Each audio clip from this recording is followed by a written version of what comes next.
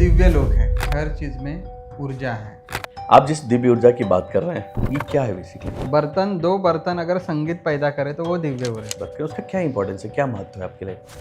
दिव्य ऊर्जा ही नहीं है ना तो जन्म पाके कुछ नहीं है। ये हल्दी जी, कैसे निगेटिव एनर्जी को खींचती है? कोई चीज बड़ी नहीं होती, आपको उसके लिए बड़ा बनना पड़ता तो आपने हल्दी के बारे में इतना कुछ बताया। है। हर चीज को आप बड़ा कर सकते हैं। तो मेरे भाषा में मैं कहूँगा यही दिव्य अनुभव है। अपनी इस दिव्य ऊर्जा को बढ़ाने का क्या तरीका है, कैसे बढ़ाते हैं? आप किसी साधन द्वारा प्रकृति के साथ जुड़ जाते हैं तो मुझे लगता है कि वो दिव्य ऊर्जा बढ़ उसमें आ जाती है आपके भीतर। जहाँ पे आदमी साधक साधना कर रहा है उसके चारों तरफ हल्दी लगी है तो क्या ऊर्जा उसके अंदर होगी? बड़ा सुंदर अनुभव हो जाता है। वो जो असीम शक्ति है उसका ही हर जगह पे प्रवाह है और प्रभाव है, तो वह ऊर्जा है और इसीलिए फिर दिव्य ऊर्जा। ये कहीं से आपने पढ़ाई की या फिर ये स्वतः आते रहा? आप कड़वे नीम की हवा अगर आप रोज लेते हैं, आप वहाँ सानिध्य रखते हैं, तो मुझे नहीं लगता कि आपको कुछ बैक्टीरिया इन्फेक्शन वगैरह हो। वो क्या सोचते हैं, मतलब आप उसका कोई शौक है या आप उसका कोई रीजन क्या है, कारण क्या है वो करने का? क्योंकि यहाँ पे प्रकृति की बात होती है और यहाँ पे प्रकृति को रिस्पेक्ट है। निगेटिव एनर्जी को खींचती है जी, और वो बड़ा प्यारा लगा मुझे वो कॉन्सेप्ट। तो फिर वो दिव्य ऊर्जा क्या सिर्फ मंदिर में ही? वो दिव्य ऊर्जा पौधों में नहीं, वो दिव्य ऊर्जा बहने वाली हवा में नहीं, बहने वाले पानी में नहीं, वो दिव्य ऊर्जा वो जो बादल इकट्ठा हो रहे उसमें नहीं, और क्या वो ऊर्जा दोपहर के 12 बजे जो कड़क धूप है उसमें नहीं।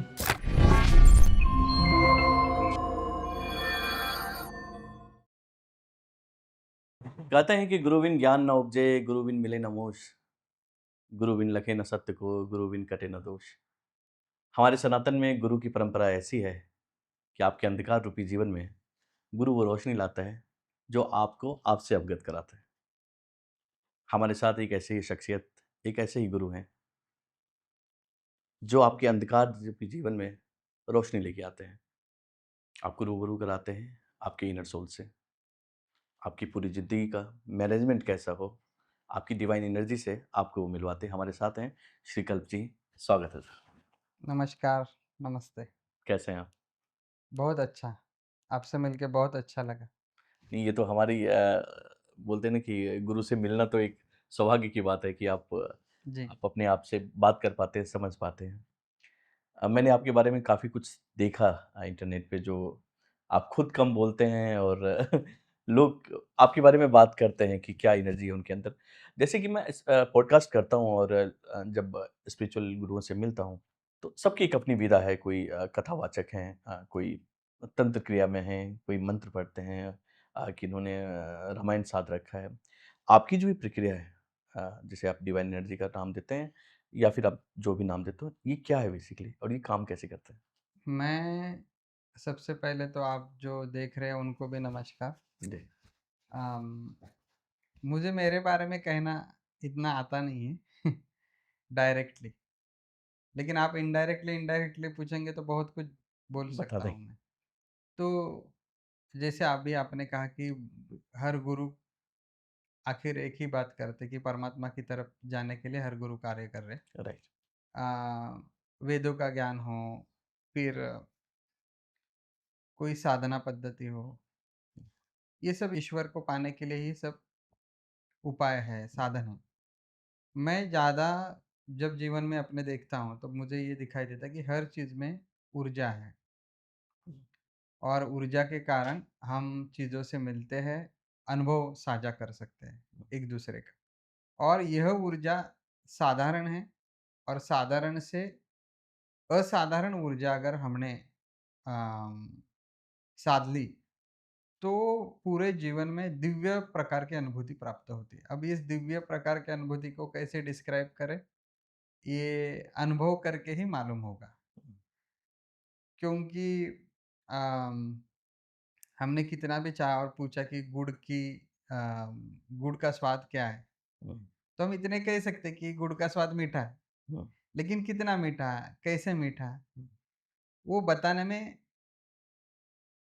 उतना हमें समझ में नहीं आता कि कैसे बताएं। हुँ, तो ऐसे कि दिव्य का मतलब है कि जो हर तरीके से पूरी तरीके से समाधान आपके जीवन में देता है, आप उससे स्वस्थ होते हो और सबसे अहम बात है कि उसमें और कुछ चाहिए की माँग नहीं होती। हुँ, हुँ। चाहे वो आप किसी प्रकार का कार्य कर रहे हो, चाहे आप किसी से बात कर रहे हो, चाहे आप किसी के साथ रह रहे हो, चाहे आप किसी के लिए मदद के लिए हो, तो उसमें आपको और कुछ चाहिए इसका स्मरण नहीं होता है। तो मेरे भाषा में मैं कहूँगा यही दिव्य अनुभव है, जब आप उसी में घुल-मिल के रहते हैं और आपको और कोई अन्य चीज़ों की याद नहीं आती और आप समाधानी रहते हैं।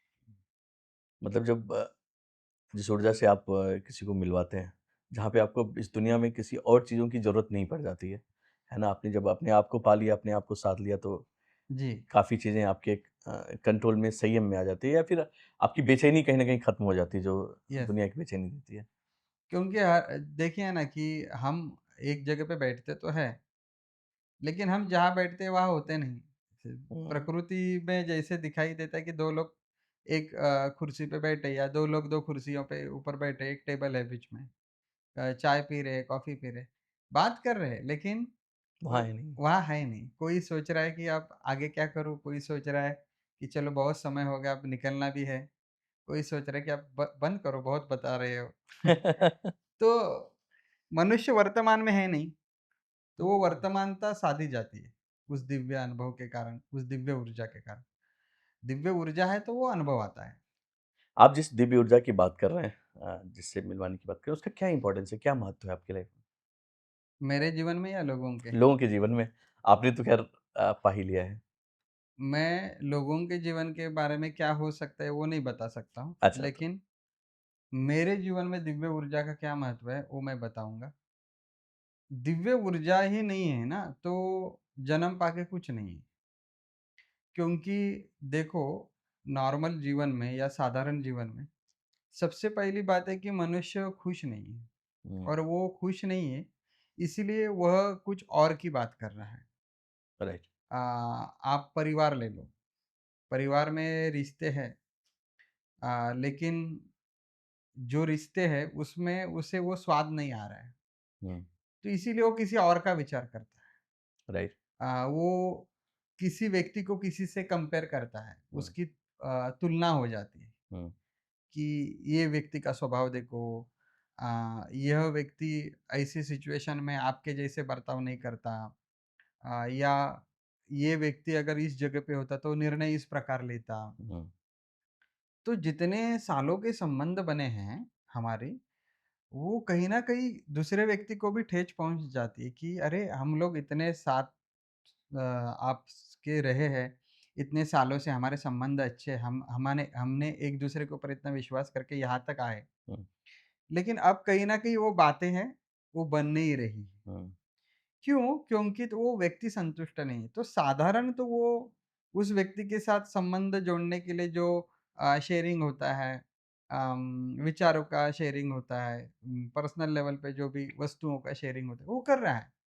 लेकिन वो सब इसीलिए हो रहा है ऐसे क्योंकि उसके पास साधारण ऊर्जा है। तो साधारण ऊर्जा का फल साधारण ही आएगा। अगर हुँ, आपके पास जो मैं मेरे दृष्टि में जो दिव्य ऊर्जा मैं जिसकी बात कर रहा हूँ वो है, तो आपका जो रिलेशन है वो साधारण नहीं रहेगा। उसमें साधारण समझने की बात नहीं होगी। उसमें थोड़ी और बड़ी समझदारी आ जाएगी। हुँ, उसमें गहराई और बढ़ेगी। हुँ, उसमें आप अ, गलतियाँ हैं, वो गलतियाँ को भी आप स्वीकार करेंगे। हुँ, गलतियों को सुधारने के लिए बहुत बार साधारण व्यक्ति है, वो क्या करता है, टोकता है या प्रूव करता है कि राइट। ये देखो ये आपकी गलती है, ये आपने बार-बार किया है। आप क्यों ना हो इसके लिए शिक्षा हो, सज़ा हो आपके लिए। लेकिन कोई सज़ा देके, शिक्षा देके थोड़ी गलती अ, ठीक हो जाती। उसके लिए बड़ा हृदय चाहिए, उसके लिए बड़ा धैर्य चाहिए कि जिसकी गलती हुई है, उसको समझ में भी आए, आप समझाएँगे भी अच्छी तरह से और उनको उस गलती से बाहर भी निकालेंगे। हुँ, तो इसके लिए आपके पास दिव्य भाव जो है, वो होना चाहिए। वो दिव्य भाव कब आएगा? जब आपके पास दिव्य ऊर्जा आएगी।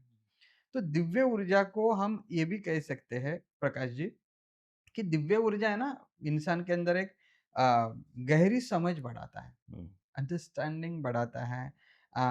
जो एडजस्टमेंट जिस तौर पर होनी चाहिए एक दूसरे के लिए वो एडजस्टमेंट की अभी है छोटे-छोटे रिलेशन में भी आदमी एडजस्ट कर लेता है। राइट। लेकिन जब सिचुएशन गहरी हो जाती है, सिचुएशन कॉम्प्लिकेटेड हो जाती है, हुँ, उसके लिए जो बड़ी एडजस्टमेंट चाहिए। हुँ, जैसे हम देखते हैं कि कोई बड़ा आदमी है, वो बड़े आदमी के जीवन में भी वही कष्ट आते हैं, लेकिन वो उन कष्टों को एक अलग एंगल से सॉल्व करता है, एक हुँ, अलग एंगल से उस सिचुएशन को रिज़ॉल्व करने की कोशिश करता है। राइट। क्यों?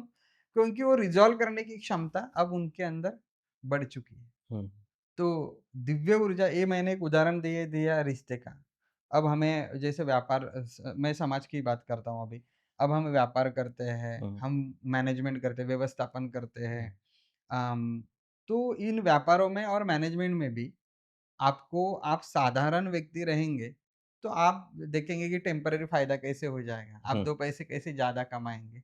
लेकिन 2 पैसे ज़्यादा कमाना और 2 पैसे रोज़ कमाना और उसमें रोज़ थोड़ी-थोड़ी बढ़ती हो जाना, हुँ, इसके लिए जो कैपेसिटी चाहिए, इसके लिए जो आपके भीतर सामर्थ्य खड़ा होना चाहिए, निर्माण होना चाहिए, ये दिव्य ऊर्जा से होगा।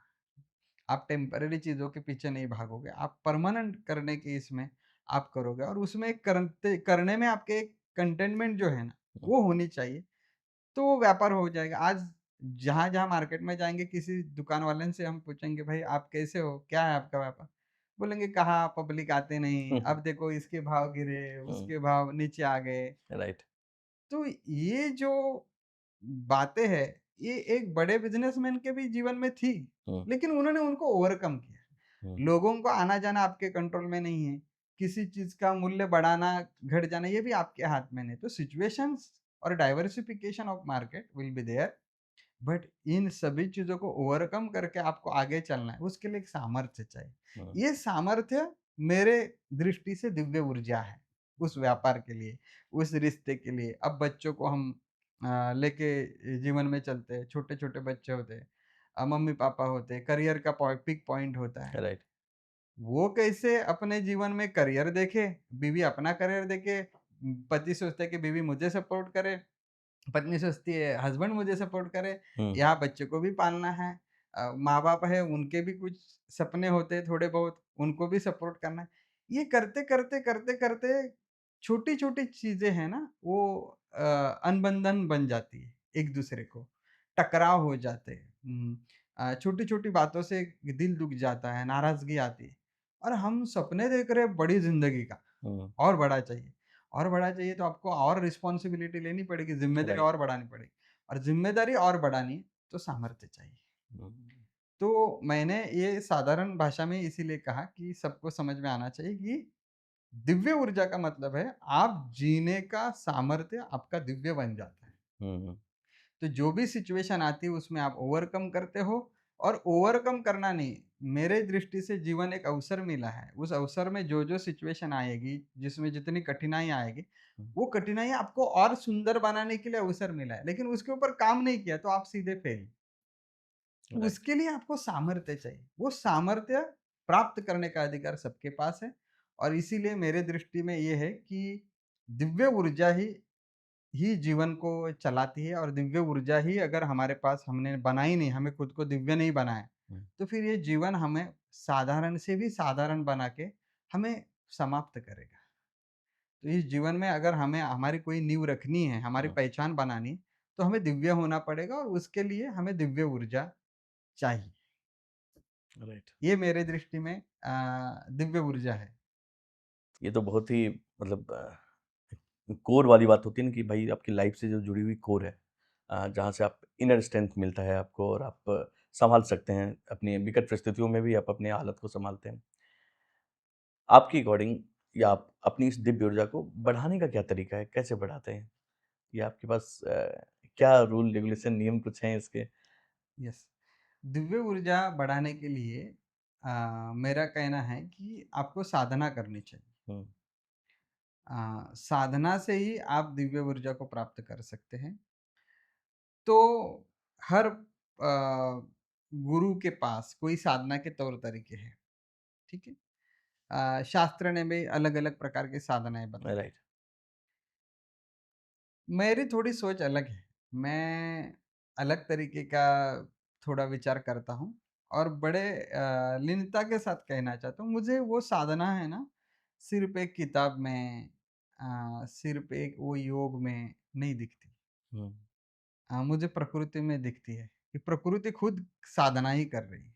हुँ, जैसे पेड़ है, हुँ, पेड़ इतने धूप होती है, इतनी कभी-कभी ठंड होती है, फिर हुँ, भी वो अपने स्थान नहीं छोड़ रहे। राइट, वो तप करके एक जगह पे बैठे, बैठो। उनके रूट और अंदर है। हुँ, तो मैं जब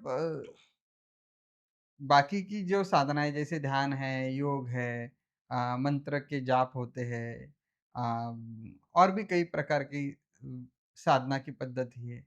ये है तो मुझे ऐसे लगता है कि मुझे पेड़ों के साथ रहना बहुत पसंद है। मुझे पानी के प्रवाह के साथ रहना अच्छा लगता है, बैठना अच्छा लगता है।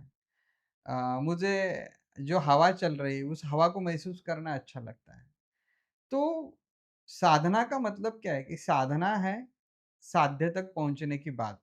साधन, एक मीडियम चाहिए आपको। राइट, साध्य क्या है कि जो आपसे भी बड़ा है। आप साध्य नहीं हो सकते, आपसे जो बड़ा है वो साध्य है।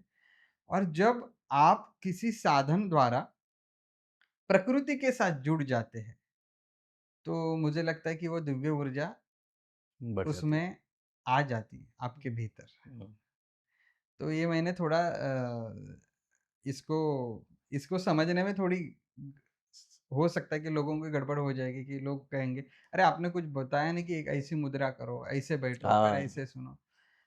सबको मेरा वो ध्यान जानना होता है कि आप किस पोज़ीशन में बैठे हैं, कहाँ क्या कर हाँ, लेकिन मेरा ढंग ही ऐसा है कि मैं मुझे ऐसे लगता है कि अगर चलते-चलते भी आप उस चलने में कनेक्ट हो गए हाँ, अपने साथ, तो वो चलना फिर मामूली चलना नहीं है, वो चलना फिर आपकी साधना बन गई उस समय के लिए। तो कभी-कभी हम भगवान के भजन गाते हैं, वो भजन में एक हो जा, लीन हो गए आप। लीन हो जा। बेसिकली हर साधना का मूल जो लक्ष्य है वो यही है कि आप उसमें खो जाओ। राइट, लेकिन आप खो जाने का मतलब कुछ लोग ऐसे बोलते हैं कि मैं खो गया था। फिर उसी में लगा हुआ था। हाँ, खो खो गए यानी वो खोना भी नहीं। खोने का मतलब ऐसे है कि आप उस बात के साथ इतने एक हो गए हुँ, कि अब वो बात, वो साधन और आप अब अलग नहीं रहे। आपका चलना ही अभी आप और चलना अलग नहीं हुए। चलना और आप एक हो गए। आप चल रहे थे, आप चले हैं। तो किसी भी चीज़ के साथ जब आप एक होते हो, तो मुझे लगता है कि हम कनेक्ट हो जाते हैं। अब इतने सारे मंत्र हैं, उन मंत्रों के साथ भी एक नहीं हुए, तो मतलब नहीं है। हम ध्यान करते हैं, ध्यान में भी हम उस ध्यान के साथ एक नहीं हुए, तो मतलब नहीं है। तो मेरे लिए साधना क्या है, मेरे लिए सुबह उठने से लेके रात सोने तक जितनी भी क्रिया है, उसके साथ अगर आप एक हो सकते हो, तो वो सभी चीज़ें साधना बन सकती है। वाह! लेकिन ये जितनी बात आसानी से कही, उसको उतना साधा नहीं जा सकता। उसके लिए कुछ टीचिंग देनी पड़ेगी, उसके लिए कुछ अगर एक आप क्रिया पकड़ते हो, तो जी, उस क्रिया के अंदर आप कैसे आपको वो बैठक बनाई जाए, उसके लिए एक मार्गदर्शक की ज़रूरत है। आपने पूछा कि आपका सूत्र क्या है? तो हुँ। मैंने सूत्र बता दिया, लेकिन सूत्र लोग से कैसे उसको करेंगे? सॉल्व वो गणित कैसे करेंगे, हुँ, जो कैलकुलेशन वो कैसे करेंगे, उसके लिए टीचर के पास तो आना होगा।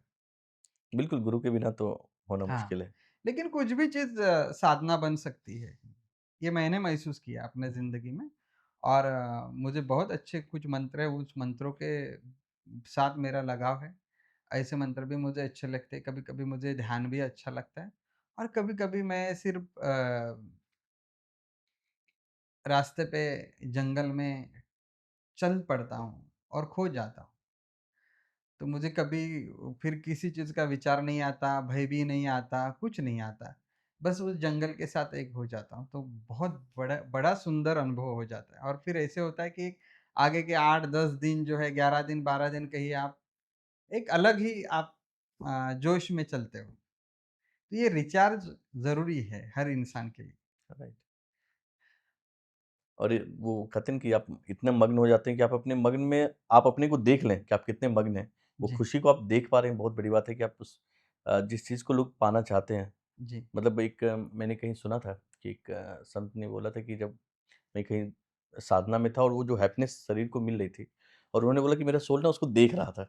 जी, है ना? कि आपका रिफ्लेक्शन की अदरवाइज़ तो आप देख नहीं पाते अपने आप को, तो खुशी देखना कितनी बड़ी बात है और क्या फ़ील क्या महसूस होता है उस बॉडी को, उस व्यक्ति को, जो उस खुशी को महसूस करता है। जी, आपने एक बीच में अच्छी बात कही कि खेती की बात की कि भई मैं बड़ा नेचुरल हूँ, प्राकृतिक वाला आदमी हूँ और आपने मुझे घुमाया भी आप दिव्य लोक वाले एरिया में।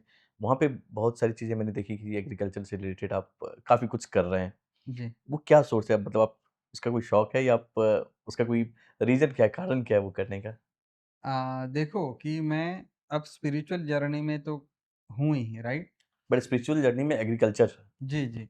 तो स्पिरिचुअल जर्नी में मैं हूँ ही, लेकिन मैं जब साधना कर रहा था या जब मैं हम मेरे कोर्स होते हैं, लोग आते हैं, तब धीरे-धीरे कुछ 7-8 साल पहले जैसे कोरोना के पहले समझिए 1 डेढ़ साल, मेरे मन में ये आया कि अम, नेचर है ना, वो नेचर बहुत अ, खत्म हो रहा है। अच्छा। नेचर में जो पहले जो ताज़गी थी, वो बहुत कम होती चली जा रही। और फिर धीरे-धीरे वो विचार करता रहा। फिर ऐसे ध्यान में आया कि ये भगवान ने हमें जो गिफ्ट दिया है इतना बड़ा, नेचर, उसके साथ मनुष्य दूर होते जा रहा है, प्रगति के नाम पे। राइट, अ, डेवलपमेंट करना चाह रहा है तो नेचर का कोई स्थान ही नहीं है उसमें। एग्री। सब लोग आते हैं, कहते हैं कि ये पेड़ का ये बेनिफिट है, तो वो ये रखो, ये पेड़ ये फूल देता है, ये रखो। लेकिन कहीं ऐसे समझ में आया मुझे, रियलाइज़ हुआ कि ये सिर्फ़ पेड़ और पौधे नहीं हैं और ये सिर्फ़ खेती नहीं है, ये मनुष्य जीवन को उसका श्रेष्ठ उद्देश्य पाने के लिए एक राज़ छिपा है इन सभी में। हुँ, और इस राज़ को हम समझ सकते हैं अगर हमारे पास दिव्य ऊर्जा बढ़ती है, तो इसका राज सिर्फ़ खाने तक मर्यादित नहीं है। इसका राज सिर्फ़ हमारा पेट भर जाए यहाँ तक मर्यादित नहीं, इसका राज कुछ और है। और फिर धीरे-धीरे जैसे रियलाइज़ होता चला तो फिर मैं चिंतन में गया, चिंतन होता रहा मेरे इस विषय में, तब मुझे ये ध्यान में आया कि क्यों पहले लोग ज़्यादा साल जीते थे? क्यों पहले लोग ज़्यादा सात्विक थे? हुँ, सात्विक भाव ज़्यादा था लोगों में। क्यों पहले लोगों की भागम-दौड़ी कम थी, लोग थोड़े शांत स्वभाव में चल रहे थे। हुँ, और तब समझ में आया कि ये जो नेचर के साथ उनका जो एक बॉन्ड था ना, हुँ, वो एक अलग लेवल पे था। हुँ, तो जैसे अभी नई-नई हमारी जनरेशन बढ़ रही है, आ रही है, ये धीरे-धीरे ये नेचर की सभी चीज़ें डाइल्यूट होती जा रही हैं। और डेवलपमेंट के नाम पे गैजेट्स बढ़ रहे हैं, टेक्नोलॉजी बढ़ रही है। और कई सारी चीज़ें स्टाइल, फैशन, ये सब चीज़ें अब आगे आ रही है और ये जो मुख्य चीज़ है, मनुष्य जीवन को समृद्ध बनाने की जो मुख्य धारा है, जो जी, निसर्ग है, ये निसर्ग की तरफ अनदेखा हो रहा है। तो हमें लगा कि हम कुछ नेचर में करें, तो समझ में आया कि नेचर में जब हम कुछ करने चले तो समझ में आया कि हम तो उसमें अनपढ़ है, कुछ भी पता नहीं। और धीरे-धीरे उस नेचर ने वो एक प्यार दिया मुझे ऐसे कहिए, हुँ, और फिर वो इतना प्यार लग गया, इतना प्यार लग गया कि फिर जब मैं काम करता चला फॉरेस्ट में, तब समझ में आया कि एक-एक पेड़ जो है, एक-एक पौधा है, एक-एक खेती में जो उगने वाली सब्ज़ी है या जो भी चीज़ ज़रूरतमंद चीज़ है, इसका भयंकर प्रभाव मनुष्य जीवन पे हो सकता है और वो भी अच्छा प्रभाव। हुँ, तो उस दिन से फिर समझ में आया कि जो हम यहाँ-वहाँ बातें करने में समय गँवा रहे हैं, हुँ, यहाँ हॉलिडेज़ के लिए जाओ, यहाँ वेकेशन के लिए जाओ, अनवांटेड बातें करके लोग दोस्ती करते हैं हुँ, और कुछ चीज़ें करते रहते, पार्टियाँ बनाते, उससे अच्छा है हुँ, इस नेचर में कुछ करो, हुँ, तो वो जीवन को समृद्ध बना देगा। हुँ, फिर जब हम साधना करते हैं तब ये भी बात है ना कि हम साधना में किस प्रकार का आचरण करें। ये बहुत इम्पोर्टेंट है। क्योंकि एक बार साधना हो गई वो हुँ, ठीक है, लेकिन उस साधना से प्राप्त किया हुआ बल अगर आपको हुँ, आपके साथ रहना है, उसका परिणाम आपको लंबा रखना है, तो उस साधना के बाद आपका आचरण बहुत पवित्र होने की ज़रूरत है। और वो सब राज़ खेती में छिपा है, जंगल में छिपा है, ऐसे मुझे लगता है। जंगल में जब आप रहते हैं, पौधों के साथ रहते हैं, तब आपको बाकी सभी चीज़ें से अपने आप डिटैच हो जाते हैं। पौधे एक ऐसी बात है, पेड़ एक ऐसी बात है कि जो आपको आपके विचार और जो ख़्याल है, उनको वो धीरे-धीरे, धीरे-धीरे, धीरे शांत कर देते हैं। ये कितनी बड़ी बड़ी वाह! बात बहुत है। बड़ी बात है। आज हम काम में से ऑफ़िस से जब घर आते हैं, हमारा मन शांत नहीं होता है, हम तुरंत इंटरनेट लगाते हैं, टीवी लगाते हैं, चलो कुछ फ़ोकस डाइवर्ट हो जाए। राइट। तो ऐसा टेम्परेरी फ़ोकस डाइवर्ट होके उसके दुष्परिणाम भी होते हैं फिर, जो टीवी में देखते हैं वो एग्ज़ीक्यूट करते हैं, तो स्ट्रेस तो और ही बढ़ता है। हुँ, लेकिन इन पौधों के साथ मैंने देखा कि आप अगर बैठेंगे तो आप शांत हो जाते हो। फिर दूसरी बात ये आई कि कोरोना के बाद ये बात मुझे ध्यान में आया कि जो हम खा रहे हैं, वो खाने में उतना सात्विक भोजन नहीं हो रहा है, क्योंकि भगवान कहता है या और शास्त्र भी कहता है कि कोई भी फल अगर किसी पेड़ को आता है, तो उस फल में उस पेड़ ने जितनी वो 6 महीने में शक्ति धारण कर ली है, राइट, साल में जितनी शक्ति धारण कर ली है, वो पूरे एक पके हुए फल में उतरा है। इसीलिए बीमार और अशक्त व्यक्ति को फल खाने के लिए कहा है, ताकि उसमें ताज़गी है और भरपूर सारी मात्रा में शक्ति है। तो वो फल आज हम मार्केट में देखते हैं कैसे आते हैं, उनके स्टोरेज होते हैं। उन स्टोरेज में स्टोर करके रखते हैं, उनके ऊपर इतनी सारी प्रक्रिया करते हैं। राइट। पेस्टिसाइड कर देते हैं। इतने सारे रसायन इस ज़मीन में जा रहे हैं, तो उस ज़मीन की जो सब ऊर्जा है, वो खत्म ही हो रही है। तो मुझे लगा कि अब समय ये है कि हमें बाकी चीज़ें की डेवलपमेंट करने की आवश्यकता नहीं है। हमें हमारे ज़मीन के साथ प्यार करना चाहिए, खेती में ध्यान देना चाहिए और इस दृष्टि से अभी तो मैं बहुत आगे आ चुका हूँ। मेरा ये है कि साधना के लिए आपको जिस आहार की एपेटाइट की ज़रूरत है, वो एपेटाइट आप अगर ले लेंगे, हुँ, तो आपका स्वास्थ्य बहुत सुंदर बनता है। इस दृष्टि से मैं उन सभी चीज़ों में हूँ। मुझे खेती करना पसंद भी है और अब वो क्या कहते हैं आप, एक हॉबी बन गया है, राइट। ऐसे। नहीं, मेरा तो अनुभव भी रहा है आज जब आपने मुझे वहाँ दर्शन कराया, तो एक जो आपने नेचर कट करने वाली बात कही वो एकदम साइलेंट, जबकि मेरी कोई साधना वाली प्रोसेस नहीं है, जी, बट बिना साधना वाले प्रोसेस में ही आप इतना कट जाते हैं। जी, नेचर के साथ जाने के बाद भी दुनिया लगती है एकदम एकदम नई सी, कुछ कुछ जी, नया फ़ील हो रहा है। तो काफ़ी अच्छा अनुभव मेरा तो पर्सनल था। अच्छी बात ये रही कि जब हम लोग वहाँ पे जा रहे थे और आपने एक-एक मतलब फसल का एक-एक पेड़ के बारे में जो बताई डिटेल, जैसे आपने हल्दी के बारे में इतना कुछ बताया था कि हल्दी जी, कैसे नेगेटिव एनर्जी को खींचती है जी, और वो बड़ा प्यारा लगा मुझे वो कॉन्सेप्ट कि एक जहाँ पे आदमी साधक साधना कर रहा है, उसके चारों तरफ हल्दी लगी है, तो क्या ऊर्जा उसके अंदर होगी। जी। ऐसा ही काफ़ी कुछ पेड़ के बारे में आपने बताया, मतलब ये कहीं से आपने पढ़ाई की या फिर ये स्वतः आते रहा? ये मैं जब साधना करता रहा, जी। मेरा साधना करने का थोड़ा ढंग ही अलग है। हुँ, तो मैं जब साधना करता रहा ना, तो मुझे ऐसे लगता है कि मैं जब उस प्रकृति के साथ जुड़ जाता हूँ ना, तब चीज़ें अपने आप ऐसी वो उतर आती है, समझ में आने लगती है। आप जिन पेड़ों के साथ आप बैठेंगे, हुँ, उसके संगत का परिणाम आपके ऊपर होता है। अच्छा, ऐसे पेड़ हैं। वाह! जैसे कहता हूँ आपको, जैसे कि दुर्वा, दुर्वा कहते हैं गणपति बाप्पा को चढ़ाते हैं दुर्वा। वो बहुत, उनका स्वभाव है बहुत ठंड। तो ऐसे दुर्वा के ऊपर अगर आप बैठेंगे हुँ, 10 मिनट सुखासन में बैठेंगे, हुँ, तो आपके अंदर की उष्णता है और वो जो गर्मी है ना, हुँ, वो खींच लेगी वो। हुँ, आप कुछ उष्ण गुण वाले वनस्पति है, उनके सानिध्य में अगर आप बैठेंगे, हुँ, तो आपका पित्त बढ़ेगा शरीर का। ये बिल्कुल ही नॉर्मल बात है, इसमें कोई ऐसी चमत्कार की बात नहीं है। इसका एक ही मैं सूत्र बताता हूँ, आप जिसके संगत में होते हो, उसका हुँ, प्रभाव आपके ऊपर आता है। जैसे आप गीली मिट्टी है और एकदम सुंदर काली मिट्टी है, उसके ऊपर पाँव रखो तो आपको तुरंत लगता है एकदम सॉफ्ट सॉफ्ट लगता है, राइट? लेकिन आप ऐसे खड़क के ऊपर चलो, राइट, तो आपके ऐसे आप ऐसे ये हो जाते हो, सॉफ्ट नहीं होते। तो हर प्रकृति में हर चीज़ का एक प्रभाव है, लेकिन उस प्रभाव क्षेत्र को जानने के लिए आपको उसके साथ एक होने की ज़रूरत है। हुँ, तो जैसे तुलसी है, हुँ, हमारे धर्म में कहा है कि तुलसी को आप सुबह-सुबह पानी दे दो, हुँ, आप जाओ उनका दर्शन करो।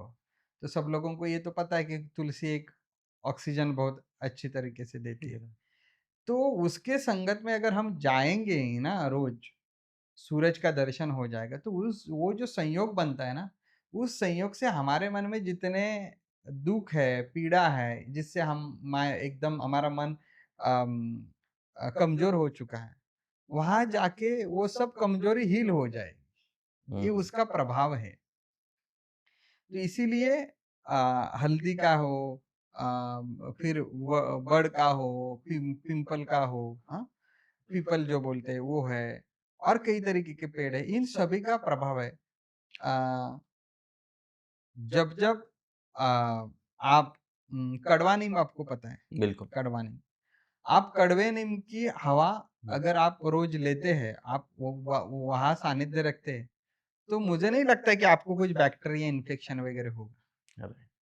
लेकिन इसकी ऐसी परीक्षा मत करो कि बैक्टीरिया सब आ गए हैं आपके शरीर में और अभी आप मैं अब नहीं नीम की ये लेता हूँ। ये बड़ी ही नेचुरल बात है। हुँ, उसका एक अपना लेयर है। अभी एक पेड़, हुँ, फिर एक पेड़ के नीचे आप जो आदमी बैठ रहा है, वो किस गाँव में रहता है, कहाँ रहता है, ये सब चीज़ें उसके लिए राइट मैटर रखती है। मैटर करती है। लेकिन उस हर चीज़ का एक प्रभाव है और प्रकृति के उस हर प्रभाव से आदमी आर्टिफ़िशियल जो चीज़ें हैं, कृत्रिम चीज़ें हैं, उनको बना रहा है और उसका अब ज़रिया वो अपने जीवन में ले रहा है। इसीलिए आदमी भी आर्टिफ़िशियल बनते जा रहा है। उसके हुँ, भाव भी आर्टिफ़िशियल बनते जा रहे हैं। राइट। जैसे हम शहरों में जाएँगे तो आपको पता है कि सब लोग ऐसे बड़े-बड़े मुँह खोल के हँसते हैं। "अरे! अरे! आप आए, बहुत खुशी हो गई।" लेकिन वो एक आधा मिनट के बाद वो हमें ये नहीं कर सकते, क्या कह सकते हैं उसको? मुझे आज हिंदी में शब्द नहीं आ रहे। बर्दाश्त नहीं कर सकते। राइट। हमारा मूड या हमें कैरी नहीं कर सकते। उनका ट्रू। देखो वो जो ज़्यादा तुरंत हँसते हैं, तुरंत बोलते हैं, "अरे आइए, थैंक यू, येस, नो" वो ज़्यादा जो रिप्लाई देने वाले लोग होते हैं, एक हर किसी व्यक्ति को ज़्यादा समय कैरी नहीं कर सकते। हुँ, हुँ, तो वो मैकेनिकल इमोशन हो गए ना। तो हमारे भाव अगर नैसर्गिक होने चाहिए तो हमें प्रकृति के साथ ज़्यादा समझ गया। रहना चाहिए और संबंध जोड़ना चाहिए। इस दृष्टि से मैं पेड़ों के साथ साधना करने में लगा हूँ। बहुत साधक आते हैं तब हम कुछ ऐसे-ऐसे पौधे हैं, पेड़ हैं, उनके सानिध्य में साधना करते हैं। जैसे तुलसी है, जैसे हल्दी है, फिर जैसे ये एक चाफ़ा करके आता है, पीले रंग का आपको राइट। पता है। ऐसे सुगंधित जो ये है फूल है, हुँ, जैसे आप चाफ़ा के सानिध्य में रहेंगे जिसका स्मेल आता है, इसके सानिध्य में आप एक 4 दिन, 5 दिन, 7 दिन, एक आधा घंटा बैठो हुँ, और उसको फूल होनी चाहिए, फ्लावरिंग होनी चाहिए, वो भी नेचुरल होना चाहिए। वो भी कैसे एक क्या बोलते हैं ना वो इसमें पॉट में वगैरह बनाओगे तो वो मज़ा नहीं, वो ज़मीन में उसके रूट जाने चाहिए, वो नैसर्गिक एनवायरनमेंट चाहिए। उसमें जो फूल आते हैं उसके सुगंध जो महक है उसको आप लेते चले 8 दिन, 7 दिन, कोई भी कितना भी बुरा कहेगा आपके बारे में या कहीं आपको टोका जा रहा है, राइट। आप उनकी बात है ना, आप मन पे नहीं ले लोगे। आप कहेंगे छोड़ दो, ठीक है। आप साइलेंट हो जाओगे क्योंकि उस सुगंध में वो बात है, ताकत है। ताकत है कि जो आपको लेट गो करना सिखाती है। ये कैसे समझ में आया? ये मैंने समय बिताया है हर चीज़ हुँ, पे। ये मैं कोई किताब की कहानी नहीं बता रहा हूँ। और ये मेरे अकेले का अनुभव नहीं, मेरे साथ लोगों का अनुभव है। जैसे लोग बोलते हैं ज़मीन की क्या कीमत है? अरे आप ज़मीन के ऊपर पीठ लगा के सो जाओ, फिर समझ में आएगा क्या कीमत है। हुँ, वो आपको पूरी न्यूट्रल कर देगी। वो आपको पूरी आपके भीतर जितनी नेगेटिव एनर्जी उसको अपने भीतर खींच के ले सकती है। हुँ, नंगे पाँव चलने का प्रकृति के साथ क्या सौभाग्य है, बहुत बड़ा सौभाग्य है। तो ये सब चीज़ें आपके शरीर के मैकेनिक्स को, आपके मनुष्य के पूरे जीवन मैकेनिक्स को हील करते हैं कहिए एक दृष्टि से और इनके प्रभाव में आप और समृद्ध बनते हैं। राइट। नहीं और काफ़ी कुछ जब आप बता रहे थे वहाँ पे न जब सुबह तो मुझे लगा कि किसी आप मतलब गुरु से नहीं एक नेचुरोपैथी जो इंजीनियर साइंस साइंटिस्ट है उससे मिल रहे हैं, जो कि हर कुछ बता रहा है। जैसे आपने उस पेड़ के बारे में बताया था कि जो बच्चों को दिया जाता है जब उसको दस्त हो या कुछ ऐसा आ जाए। तो काफ़ी बेसिक चीज़ें हैं जो कि प्रकृति में छुपी हुई है और उससे एक निकाल के लोगों एक को बात देना। मैं बताऊँ, जी। गणपति बाप्पा को कहते हैं जास्वंद का फूल हुँ, अच्छा लगता है। हुँ, उनके ग्रंथों में भी हुँ, लिखा है जास्वंद, और उसका रंग लाल होता है। हुँ, आप कहीं से भी बहुत गलत लोगों के संगत में रहे हो हुँ, और आप कह रहे हो कि वो जास्वंद का प्रभाव मेरे ऊपर आना चाहिए, नहीं आ सकता, उसको समय लगेगा। आप हुँ, कितने म हुँ, हुँ। आपके ऊपर कितना कचरा और मैला चढ़ा है ना, उससे नीचे आने के लिए, जैसे कोई अभी शास्त्रीय संगीत सुंदर नहीं है? बहुत सुंदर है ना सुंदर है। शास्त्रीय संगीत। लेकिन लोगों को तो ये हिप हॉप डांस अच्छा लगता है, हिप हॉप संगीत अच्छा लगता है। क्यों? उनके कानों की और वो हृदय की जो कला है संगीत की, वो उतनी डेवलप ही नहीं हुई, ऊपर-ऊपर डेवलप हुई। इसीलिए ढूँग-ढांग ढांग, डिंग-डिंग-डिंग वो बहुत अच्छा लगता है। लेकिन संगीत सुनने में अगर आपकी हृदय की क्षमता बढ़े, वो हुँ, सुंदरता डेवलप हो जाए, राइट, तो आप कहेंगे कि ये ढिंग-डोंग का ही का संगीत है, उससे अच्छा शास्त्रीय संगीत से अच्छा संगीत ही है ही नहीं नहीं। है। वो शास्त्रीय है आखिर। लेकिन उसके लिए वो उसको समझने की क्षमता आपके राइट, अंदर राइट। नहीं डेवलप हुई है। आपने उसको जोर नहीं दिया, वो जोर दे दो। वैसे ही गणपति बाप्पा को जो लाल रंग का फूल अच्छा लगता है कहते हैं, और हम उस उनको प्रदान करते हैं, अर्पित करते हैं। वो लाल फूल को जब आप रोज़ अर्पित करेंगे, तो लाल रंग ही शक्ति का प्रतीक है। हुँ, वो शक्ति आपके भीतर जागृत हो जाएगी, तो आपका भय कम हो जाएगा। अच्छा, तो ये परंपरा ऐसी आई है, ये पद्धति आए है कि ये लाल रंग का फूल ही उसको समर्पित भगवान करो को देना आप, चाहिए। उनका दर्शन कर लो। लोगों के लिए अब ये क्या हो गया है कि एक एक्टिविटी हो गई। हाँ, बाप्पा आए, हम देखते हैं आजकल हाँ, हाँ, सोशल मीडिया बिल्कुल, पे किसी के घर पे फैशन में बाप्पा है। आए, हाँ, तो आए फ़ोटो खींचे, ये खींचे, अरे यार तालियाँ बजाई। उसके अंदर जो हीलिंग का जो मर्म था, वो राइट, लोग खो चुके हैं। वो भाव ही नहीं है अब लोगों के बीच में। तो आप रोज़ गणपति बाप्पा को वो लाल जास्वंद का फूल, जिसको हम जास्वंद कहते हैं राइट, महाराष्ट्र में, वो जास्वंद का फूल समर्पित करेंगे, नमन करेंगे, तो धीरे-धीरे आपके भीतर वो शक्ति का भाव जागृत होगा। अब ये रंग किसमें है? वो जास्वंद में है। हुँ, तो वो प्रभाव लाता है ना। एग्री, आप कलर थेरेपी में चले जाएँ, कम से कम मैं बोलता हूँ लोगों को ये लगेगा कि ये कहाँ किस दुनिया की ये बात कर रहे हैं, बात ऐसी तो कभी तो हम सुने नहीं। ठीक है भाई, आप रंगों को तो मानते हो ना? हुँ, आपको पता है काला रंग पहनते हो तो वो उस जो हीट है उसको ज़्यादा खींच एब्ज़ॉर्ब रहा है, करता है, व्हाइट से ऊर्जा ज़्यादा बाहर जाती है। इनको तो मानते हो नीले का क्या प्रभाव है? बिल्कुल, इतने तो समझदार लोग हैं, थोड़ी और समझदारी की जो डेप्थ है वो बढ़ाओ, फिर समझ में आएगा जो फूलों में रंग है, वो भी तो वही काम कर रहे हैं। वही कार्य कर रहे। तो उस रंग को देखना और उस रंग को छूना, जब मैं मेरे हाथों से जास्वंद को छू लेता हूँ हुँ, और वो भी निर्मल मन से, तो वो प्रभाव नहीं डालेगा। बिल्कुल, और वो एक गणपति बाप्पा की शक्ति के साथ जब जुड़ जाता है, तब उसका प्रभाव मल्टीप्लाइड हो जाता है। तो ये सब प्रकृति में छिपा है, लेकिन आज ऐसी बात हो गई है ना कि कोई अंधा है, वो अंधा गाड़ी को चला रहा है। और कह रहा है, "अरे! आजकल गाड़ियाँ अच्छी बनी ही नहीं, आजकल सफ़र में मज़ा ही नहीं आता।" आएगा कैसे अंधा चला? राइट, ना उसको रोड दिखाई देता है, ना उसको गड्ढे वो दिखाई एन्जॉय नहीं देते कर हैं। रहा है उस प्रोसेस को, बिल्कुल, तो हमें प्रकृति की तरफ बढ़ना चाहिए अब। अब बाहरी विकास बहुत हो गया, नहीं तो हम ना अपने जीवन में बहुत चीज़ें खो देंगे, ट्रू, जो इतनी सुंदर है।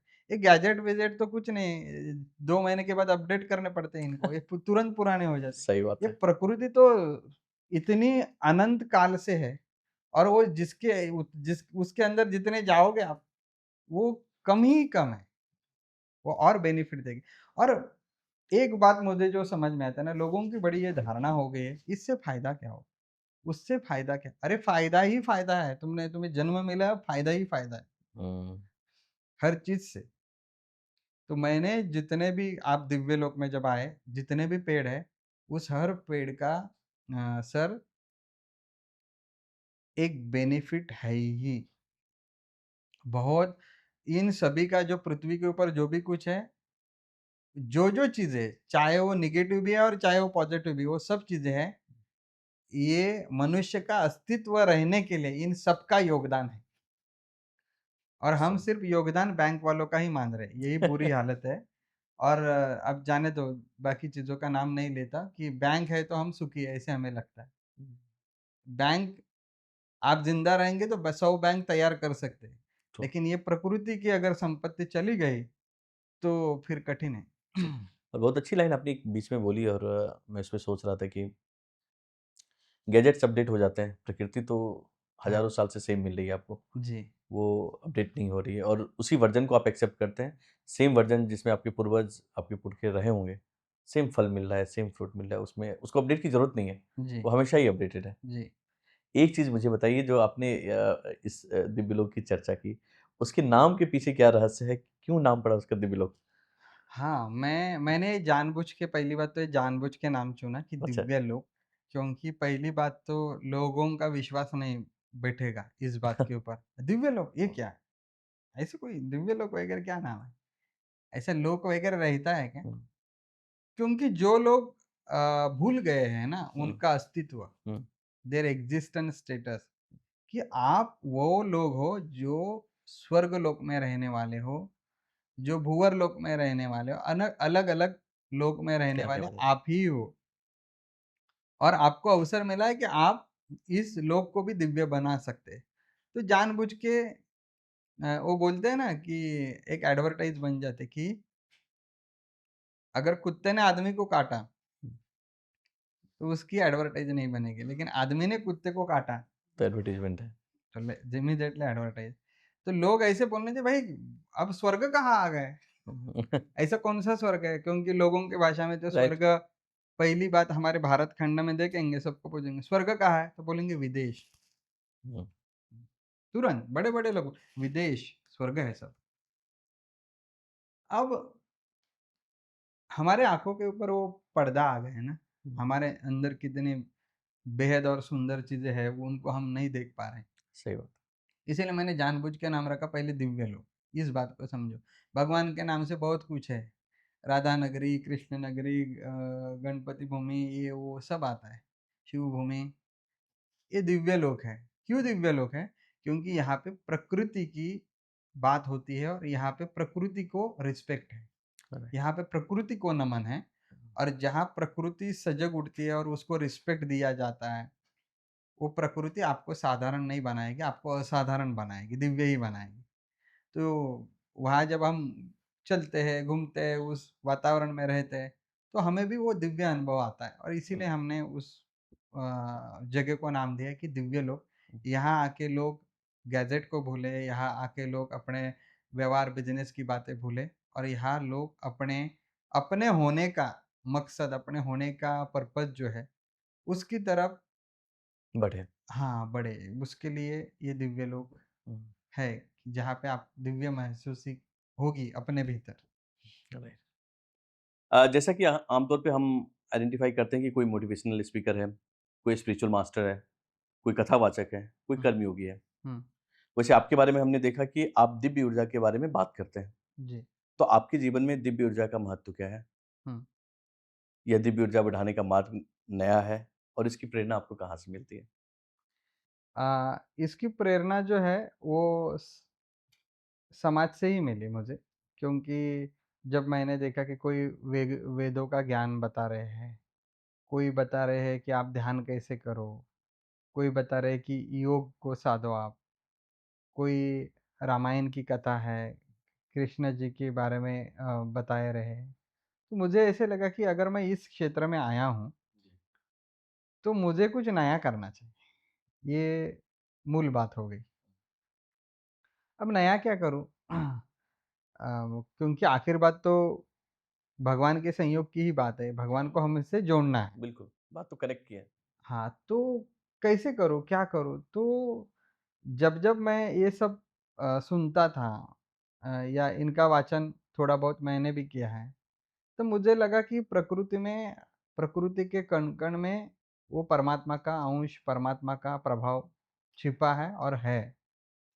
तो क्यों ना हो हम इस चीज़ को डायरेक्ट ही कहें कि जो खुद दिव्य है और उस दिव्यता के कारण यहाँ पे सब चीज़ें घट रही है, उसको सीधे पाने के लिए क्यों अलग-अलग नाम देने चाहिए? क्यों अलग-अलग अवतारों की बात करनी चाहिए? यानी अवतारों की बात है, वो हो चुका है ना।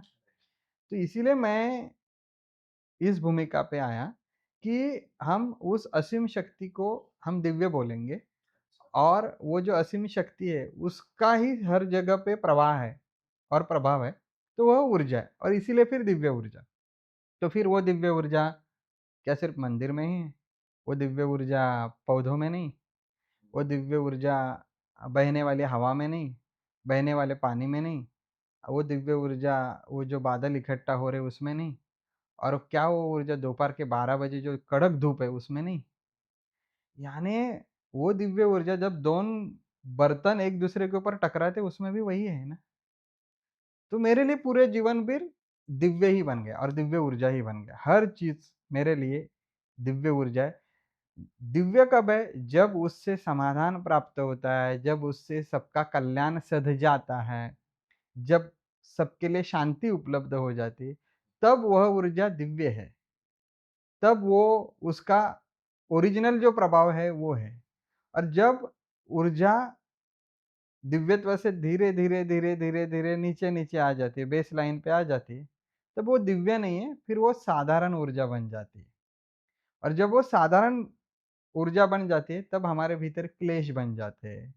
हमारे भीतर अलग-अलग प्रकार के द्वंद्व बन जाते हैं।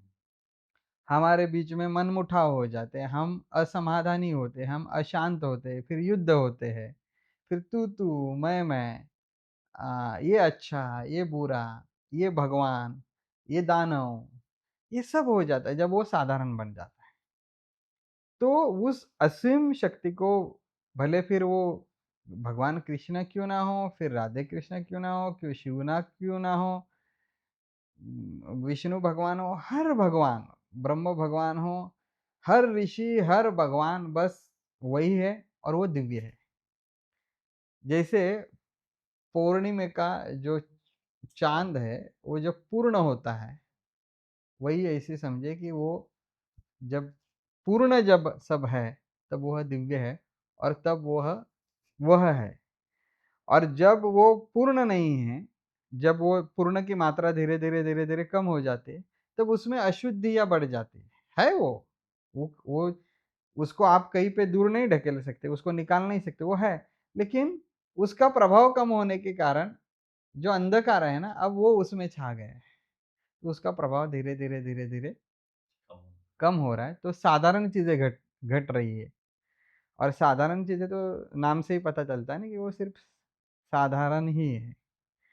तो असाधारण अनुभव प्राप्ति के लिए हमें एक दिव्य ऊर्जा चाहिए और वही दिव्य ऊर्जा भगवान हमसे देता है।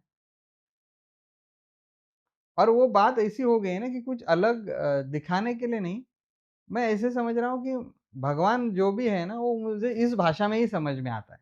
मुझे बाकी भाषा में समझ में आता है, लेकिन उतना नहीं जितना मेरे दिल को ये भाषा छू लेती। इसीलिए मैंने दिव्य ऊर्जा मार्ग अपना लिया। मार्ग होता नहीं, मार्ग बनाना पड़ता है। रास्ते कई होते नहीं, उनको बनाना पड़ता है। तो मैं जैसे जीता चले जा रहा हूँ, वो ऊर्जा, वो दिव्यत्व मुझे हर बार महसूस होते चल चल जाती है और वही मुझे राह दिखाती है। तो बस यही है प्रेरणा। यही प्रेरणा है और ये प्रेरणा उसी से आई। आखिर मैं कौन हूँ? जिसने मुझे जन्म दिया, जिस पृथ्वी पे मैं हूँ, मेरे अगल-बगल में जो वही है, वही प्रेरणा दे रहा है और वही चला रहा है। नहीं, प्रकृति से जो आपका प्रेम है, और एक बड़ी अच्छी फ़िल्म आई थी अभी कांतारा, जी, अगर आपने देखी हो, तो उसमें भी प्रकृति की बात हुई थी, और कि प्रकृति के जो भगवान हैं, जो देव हैं, वो कैसे रक्षा करते हैं बाहरी दुनिया से, उस जंगल का, फ़ॉरेस्ट का। जी, और बड़ा बड़ा कनेक्शन था उसमें कि क्या पावर ऊपर से आता है। वहाँ शेर में जो शेर थे वो भी एक भगवान के रूप में थे, पत्थर है वो भी एक भगवान के रूप में है, पेड़ भी भगवान के रूप में है, और उसकी रक्षा करने के लिए स्वयं प्रभु वहाँ बैठे हैं। जी, और आपके यहाँ जाने के बाद वो फ़ील भी आ रहा था कंटारा वाला, कि जो आपने फ़ॉरेस्ट बना रखा है। तो काफ़ी कुछ नेचुरल जो बोलते हैं, प्रकृति ही भगवान है, प्रकृति ही वो जी, दिव्य ऊर्जा है। जो आपने बिल्कुल सही बोली जी, कि एक बर्तन के खटकने से भी दिव्य ऊर्जा है, जी। और पेड़ों में भी दिव्य ऊर्जा है। हाँ, 2 बर्तन अगर संगीत पैदा करे तो वो दिव्य ऊर्जा और 2 शोर ना करे। हाँ, 2 बर्तन टकरा के अगर अशांत हो जाए और आदमी अप्रसन्न हो जाए, तो समझिए कि वो साधारण ऊर्जा है। ये बड़ा डिफरेंस है। हाँ, ऐसे। तो हमारा कहना है कि भगवान सिर्फ़ मंदिर में ही नहीं है, वो मनुष्य में भी जैसे हम कहते हैं कि हर मनुष्य में भी है। हर जगह पे है, उसको हम बाँध नहीं सकते। तो इसीलिए मुझे लगा कि मैं समझता हूँ कि मेरा भगवान कृष्ण, मेरा भगवान शिव, मेरा भगवान हनुमान हर जगह है। तो अब उसको नाम से पुकारने से ऐसा होता है ना, उसको मैंने ऐसे लगता है कि उसको एक फ्रेम बना ली एक नाम में। जो पूरा है, जो नाम के बाहर भी है, उसको नाम देके मैं क्या करूँ? तो मुझे लगता है कि इसीलिए मैंने वो दिव्य ऊर्जा सब कुछ मान लिया। सब कुछ है उसके हाँ। अंदर।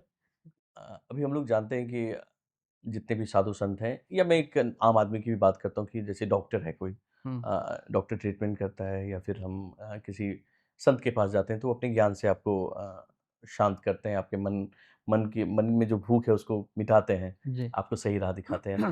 आपका अप्रोच कंप्लीट प्रकृति और इन सबको लेके है, तो ये अप्रोच एकदम अलग है और इसमें आप कैसे लोगों की मदद कर पाते हैं? मेरा अप्रोच ऐसा है कि मुझे ऐसे लगता है कि लोगों को सबसे ज़रूरी है कि आपको जो जन्म मिला है ना, उस जन्म का उद्देश्य दिखाना मैं अप्रोच रखता हुँ, हूँ। मेरे लिए यही मदद करना है, क्योंकि आदमी जितना स्वयं से दूर होता जाएगा ना, वो आदमी उतना दुखी हो जाएगा हुँ, और वो आदमी उतना ही असंतुलित अपना जीवन बनाएगा, जिससे उसको भी तकलीफ़ हुँ, और उसके साथ जो संगी है या उसके आसपास का जो माहौल है, उसके द्वारा पूरे होने वाले जो कर्म हैं, वो भी आधे-अधूरे रहेंगे, क्योंकि मनुष्य ने अपना उद्देश्य ही नहीं समझ लिया कि मैं यहाँ क्यों आया हूँ। तो मैं बाकी जैसे लोग जो गुरु रहते हैं या कुछ लोग रहते हैं जो बताते हैं आपको कि आप इस चीज़ के लिए ये उपाय करो या आपका स्वास्थ्य ठीक होने के लिए ये करो। बिल्कुल, बिल्कुल। कोई लोग अपने लाइफ़स्टाइल सुधारने के लिए कुछ चीज़ें करते हैं। अलग-अलग तरीका है हर एक का। मेरा तरीका है कि हम डिवाइन हार्मनी मार्ग के द्वारा, दिव्य ऊर्जा के मार्ग के द्वारा मैं उनको साधना सिखाता हूँ और साधना सिखाते-सिखाते उनके अंदर एक रियलाइज़ेशन आता है कि मुझे इस जन्म में क्या कर्म करना है। हुँ, मेरा जीने का उद्देश्य कर्म से कैसे रिलेटेड है और यही मैं उद्देश्य लेके जन्म लेके आया हूँ, तो क्या मैं उस उद्देश्य की पूर्तता बड़े सादगी के साथ, सुंदरता के साथ कर रहा हूँ या नहीं कर रहा? अगर हर आत्मा यहाँ आई है, वो अगर अपने उद्देश्य को जी ले, तो उसमें संतुष्टि तो होगी ही, उसमें उससे जिस कर्म के लिए भेजा है, वो कर्म पहले पूरा हो जाएगा और ये होने के कारण उसके जीवन में उसका जो मन कहीं लगता नहीं है, वो लग जाएगा। तो लोगों को अपने जीवन का उद्देश्य बताना, ऐसा नहीं है कि आपके जीवन का उद्देश्य अर्थ, काम, धर्म, मोक्ष है, जो शास्त्र में हुँ, लिखा है। हुँ, तो ये बताओ कि आपके जीवन का उद्देश्य अर्थ, काम, धर्म, मोक्ष करो तो आपका जीवन सध जाएगा, ये नहीं बताना। ये अर्थ, काम, धर्म, मोक्ष तो एक व्याख्या बनी है और एक है, जीवन का रहस्य ही है। लेकिन फिर भी निजी जीवन में मेरे होने का उद्देश्य क्या है? हुँ, आज लोग अपनी ज़िम्मेदारियाँ छोड़ के सपनों के पीछे दौड़ रहे हैं, भाग रहे हैं। आज लोगों के जीवन में कुछ कर्तव्य बन चुके थे, जिसकी उन्होंने रस्में खाई थी, कुछ कमिटमेंट की कर दिए थे। उन कमिटमेंट को खाली छोड़ के लोग कुछ और ही कर रहे हैं। आप ऐसे क्यों नहीं विचार करते कि विशिष्ट प्रकार के लोग ही आपके जीवन में क्यों आते हैं? राइट। और प्रकार के लोग क्यों नहीं मिलते? आपको विशिष्ट प्रकार के ही हॉबीज़ क्यों होते हैं, छंद क्यों होते हैं? आपको कुछ-कुछ चीज़ें ही क्यों अच्छी लगती है? बाकी चीज़ में आप क्यों नहीं झूमते हो? आपका क्यों नहीं दिल लगता है? हुँ, इसका कारण है, आप कुछ विशेष चीज़ के लिए आप बने हैं। विशेष का मतलब सिर्फ़ अच्छा नहीं, एक स्पेसिफ़िक चीज़ के लिए आप बने राइट। हो। और वो स्पेसिफ़िक बात जीवन में अगर आदमी को वो क्लियर हो जाए कि मैं इस प्रकार का व्यक्तित्व है मेरा, मुझे ये अच्छा लगता है, मैं ये करता हूँ तो मुझे मेरा पेट भरता है और ये करने से मेरी संतुष्टि होती है, ये करने से मुझे लगता है कि मैं खुश हूँ। ये बातें ही लोगों को आज ध्यान में नहीं है। लोग तो एडवर्टाइज़मेंट में जो दिखा रहे हैं, मीडिया में जो दिखा रहे हैं, इसकी सुर्खियाँ, उसकी सुर्खियाँ देख के लोग दूसरे जैसे बनना चाह रहे हैं। और जब आप दूसरों जैसे बनना चाहते हो, तब आप आपकी आइडेंटिटी पूरी छोड़ देते हो और उसी से आपको ज़्यादा दुःख मिलता है और तकलीफ़ें आती हैं। क्योंकि आप फूल हो, लेकिन एक फूल की बात आप छोड़ के आप कोई पत्थर बनना चाहते हो, तो आप बन भी नहीं पाओगे और हुँ, दूसरी बात है उसमें आपको सार्थकता नहीं लगेगी। तो मैं समझता हूँ कि आज के युग में ये ज़्यादा मुझे ज़रूरी लगा, बाकी भी चीज़ें ज़रूरी है। जैसे योग है, योग से लोगों का स्वास्थ्य अच्छा हो रहा है, मंत्र शास्त्र से लोगों की कर्म अच्छे बन रहे हैं, ध्यान से लोग अपने जीवन को और अच्छे आगे की ज सफ़र में लेके जा रहे हैं आध्यात्म की तरफ। तो ये सब अच्छा है, लेकिन मुझे लगा कि मैं इन सब चीज़ों के लिए नहीं बना हूँ।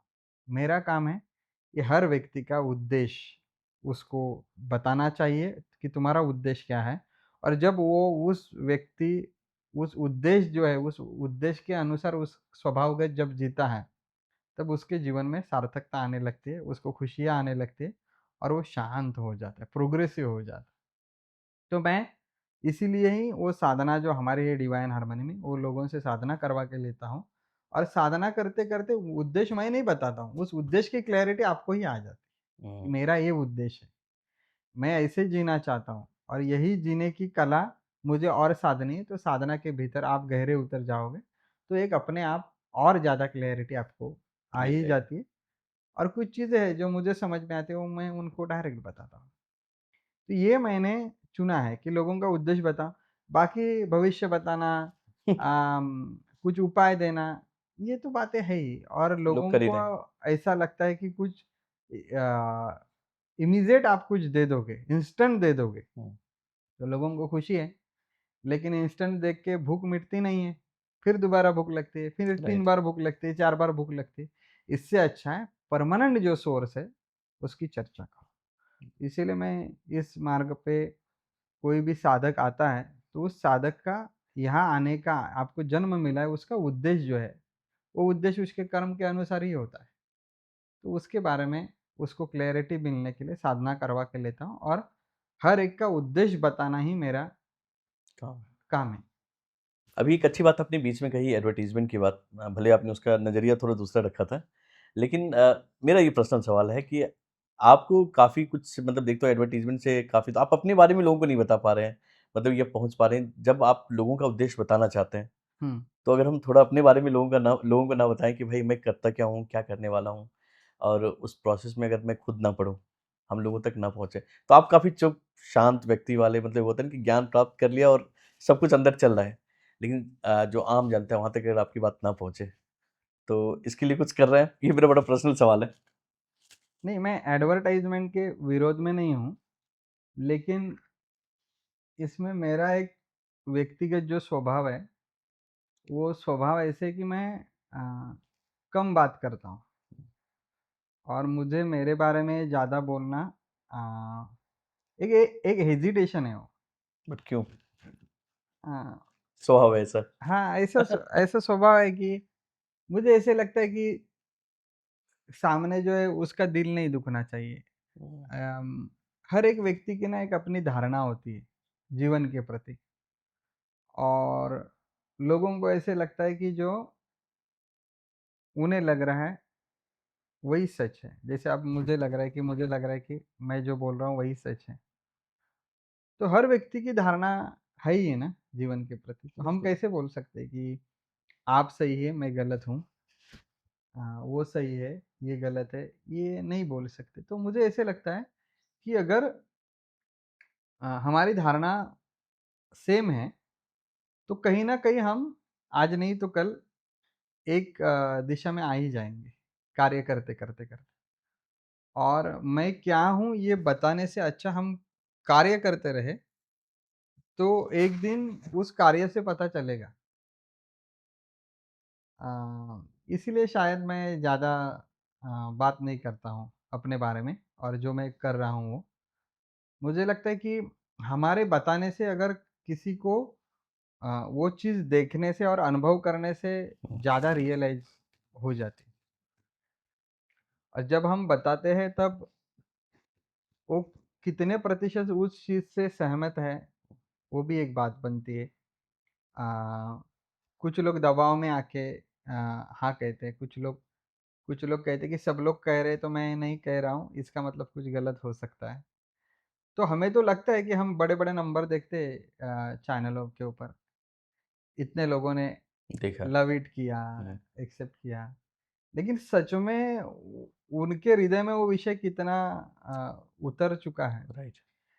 एक्चुअली मैं एक बात बोलूँ आपको इसके लिए कि बहुत बार कुछ सुंदर-सुंदर फ़िल्म बन जाती, सुंदर पिक्चर बनती है, कभी-कभी ना बहुत सुंदर किताब बन जाती। किताब इतनी सुंदर बनी है, उसके विचार, कहानियाँ इतनी सुंदर है, लेकिन है ना वो बहुत बार वो लोगों को पसंद नहीं आती। हुँ, और जो उसका दर्दी है, समझदार है, उसे पता है कि ये क्या कह दिया है, ये इसमें क्या लिखा है। राइट। तो ऐसे लगता है ना कि कौन अच्छा और कौन बुरा और कौन ठीक और कौन ना ठीक, ये बात ही नहीं है। ये जब उस व्यक्ति की समझदारी बढ़ती है, अंडरस्टैंडिंग जब ऊपर उठती है, तभी वो उस बात को समझ सकता है। तो मुझे लगता है कि समय-समय पे जब अंडरस्टैंडिंग बढ़ेगी तो शायद लोग समझेंगे अपने आप ट्रू। हम बताने से। और हम बताने में कभी-कभी ये होता है ना कि मैं बता रहा हूँ, लेकिन जो शब्द मेरे मुँह से आ रहे हैं, जिन बातों को मैं दिखा रहा हूँ, उन बातों को दर्शक किस नज़रिया से ले ले, वो मेरे हाथ में नहीं। हुँ, जो मैं बताना चाहता हूँ, जो मैं दिखाना चाहता हूँ, वही वो देख लें, ये सबसे बड़ा आविष्कार है। राइट। और टीआरपी के दुनिया में तो यही होता है कि लोग आए, इतना सेल हो गया, तो मूवी हिट हो गई और या किताब लोगों ने ले लिया, तो बेस्ट सेलर हो गई। लेकिन उस किताब के विचार लोग निजी जीवन में जी रहे हैं। तो वो मेरे लिए मायना रखती है बात कि उस विचार को कितने हृदय से अपनाया जा रहा है, वो मेरे लिए काउंट है। और इसीलिए मुझे लगता है कि हाँ, इसमें ज़्यादा जाने की ज़रूरत नहीं। लेकिन एडवर्टाइज़ होनी चाहिए, ये मेरा एक एस्पेक्ट है। एडवर्टाइज़ नहीं होंगी तो समझ में भी नहीं आएगा। राइट। तो जो आपके प्रोग्राम्स हैं, जी, जैसे कि डिवाइन हार्मनी का प्रोग्राम है या एडवांस जो आपके प्रोग्राम है, अगर इसके बारे में हम लोगों को बताएँगे नहीं, जी। तो लोगों को पता कैसे चलेगा कि आप एक्चुअल में क्या-क्या उनके साथ चमत्कार कर सकते हैं?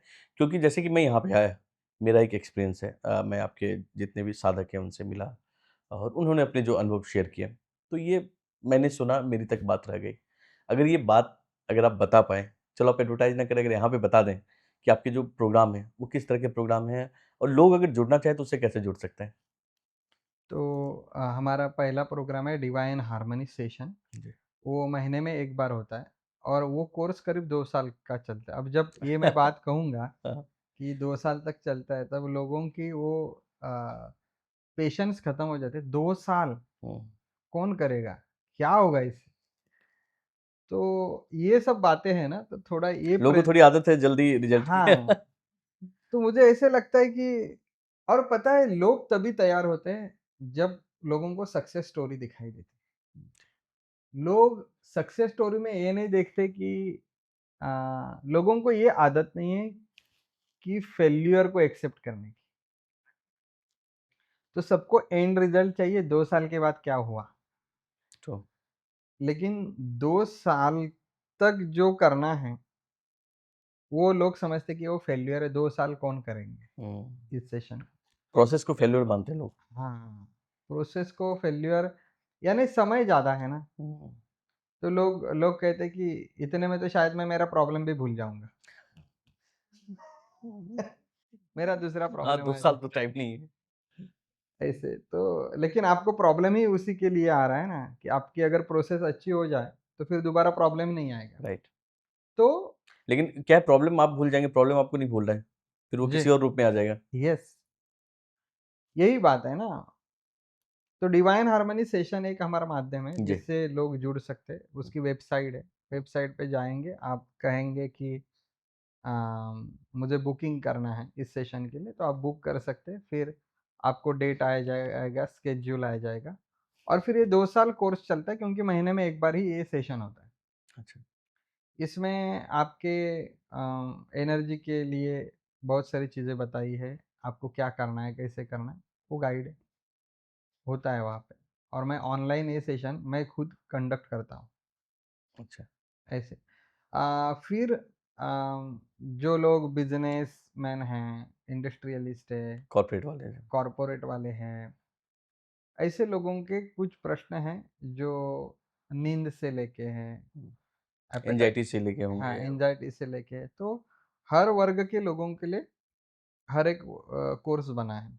अच्छा, अम, तो अगर आप डिवाइन हार्मनी में अगर सेशन में आ जाते हैं, तो फिर वहाँ से आपको एवेन्यू खुल जाता है कि आप कौन से कैटेगरी के हो, आपके इंटरेस्ट क्या है, आपको कौन-सा कोर्स करना चाहिए, वो सब इन्फॉर्मेशन मिल जाती है वहीं उसमें। पे है, ऐसे। राइट, लेकिन इतनी ही बात है ना कि डिवाइन हार्मनी का जो हमारा मकसद है, वो मकसद है कि आपके भीतर दिव्य ऊर्जा जागृत करना।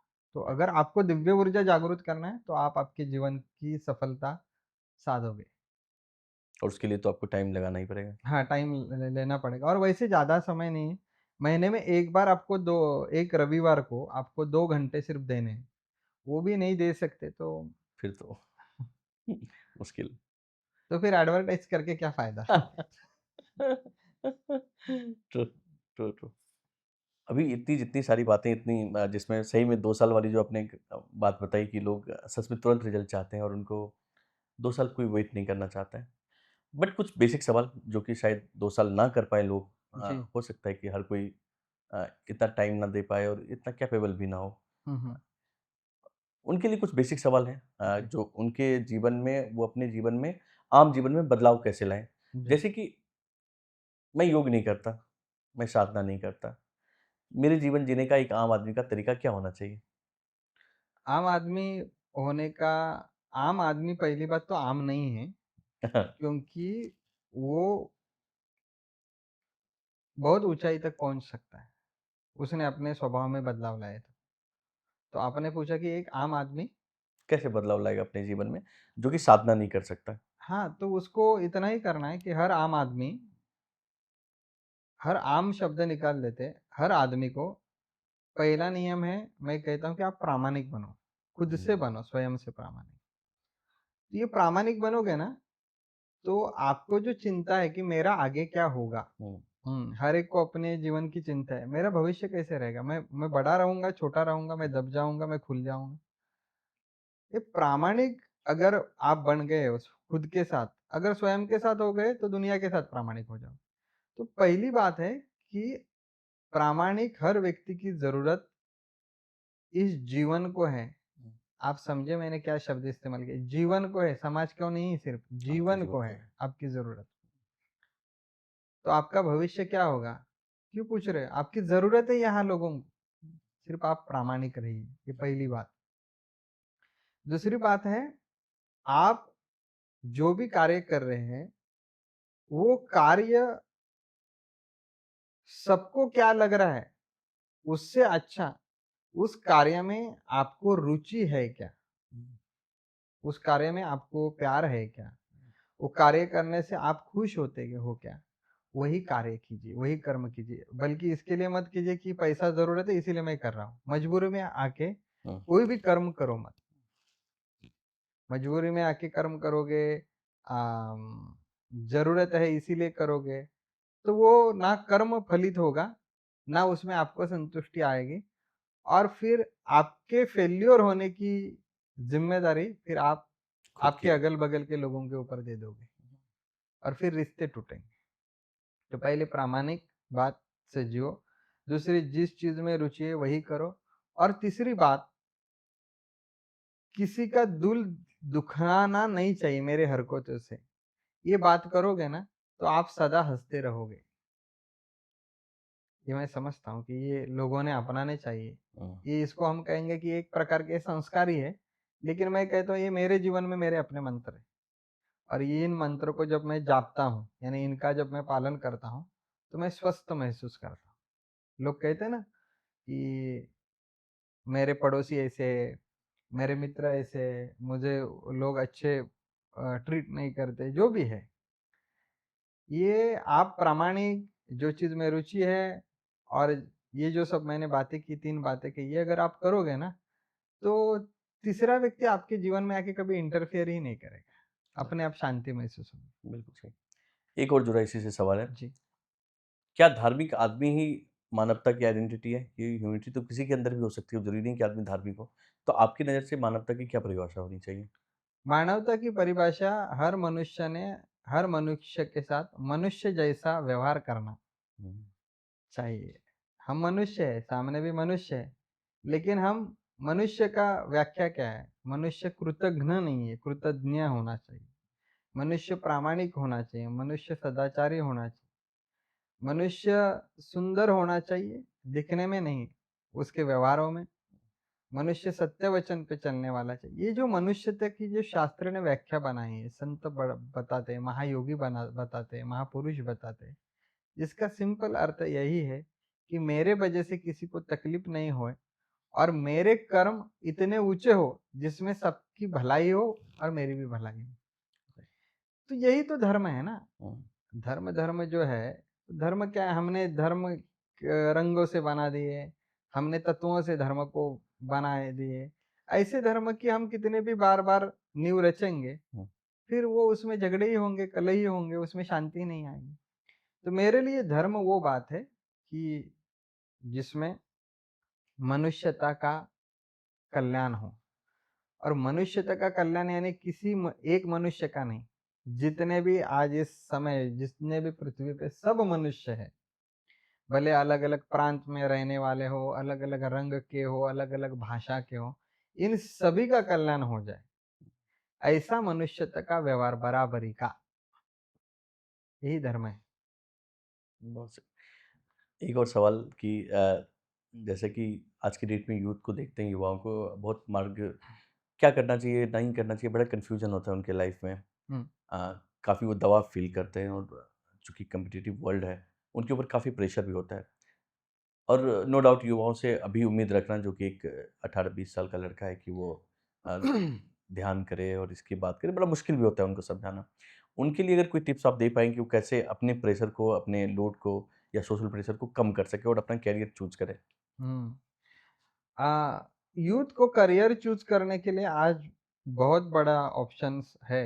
जी। ये पहले कभी-कभी कन्फ्यूज़न भी आता है इतने ऑप्शन आ जाने के हाँ, बाद। The more option more confusion, उसको ऐसे भी बोलना चाहिए, the more knowledge more confusion, less knowledge you know what is the right action. क्योंकि नॉलेज जो है ना उधार से आया है, इसीलिए वो कन्फ्यूजन होता है, अपना होता नहीं। हाँ, अपना ही होता तो उसके लिए कष्ट करने पड़ते।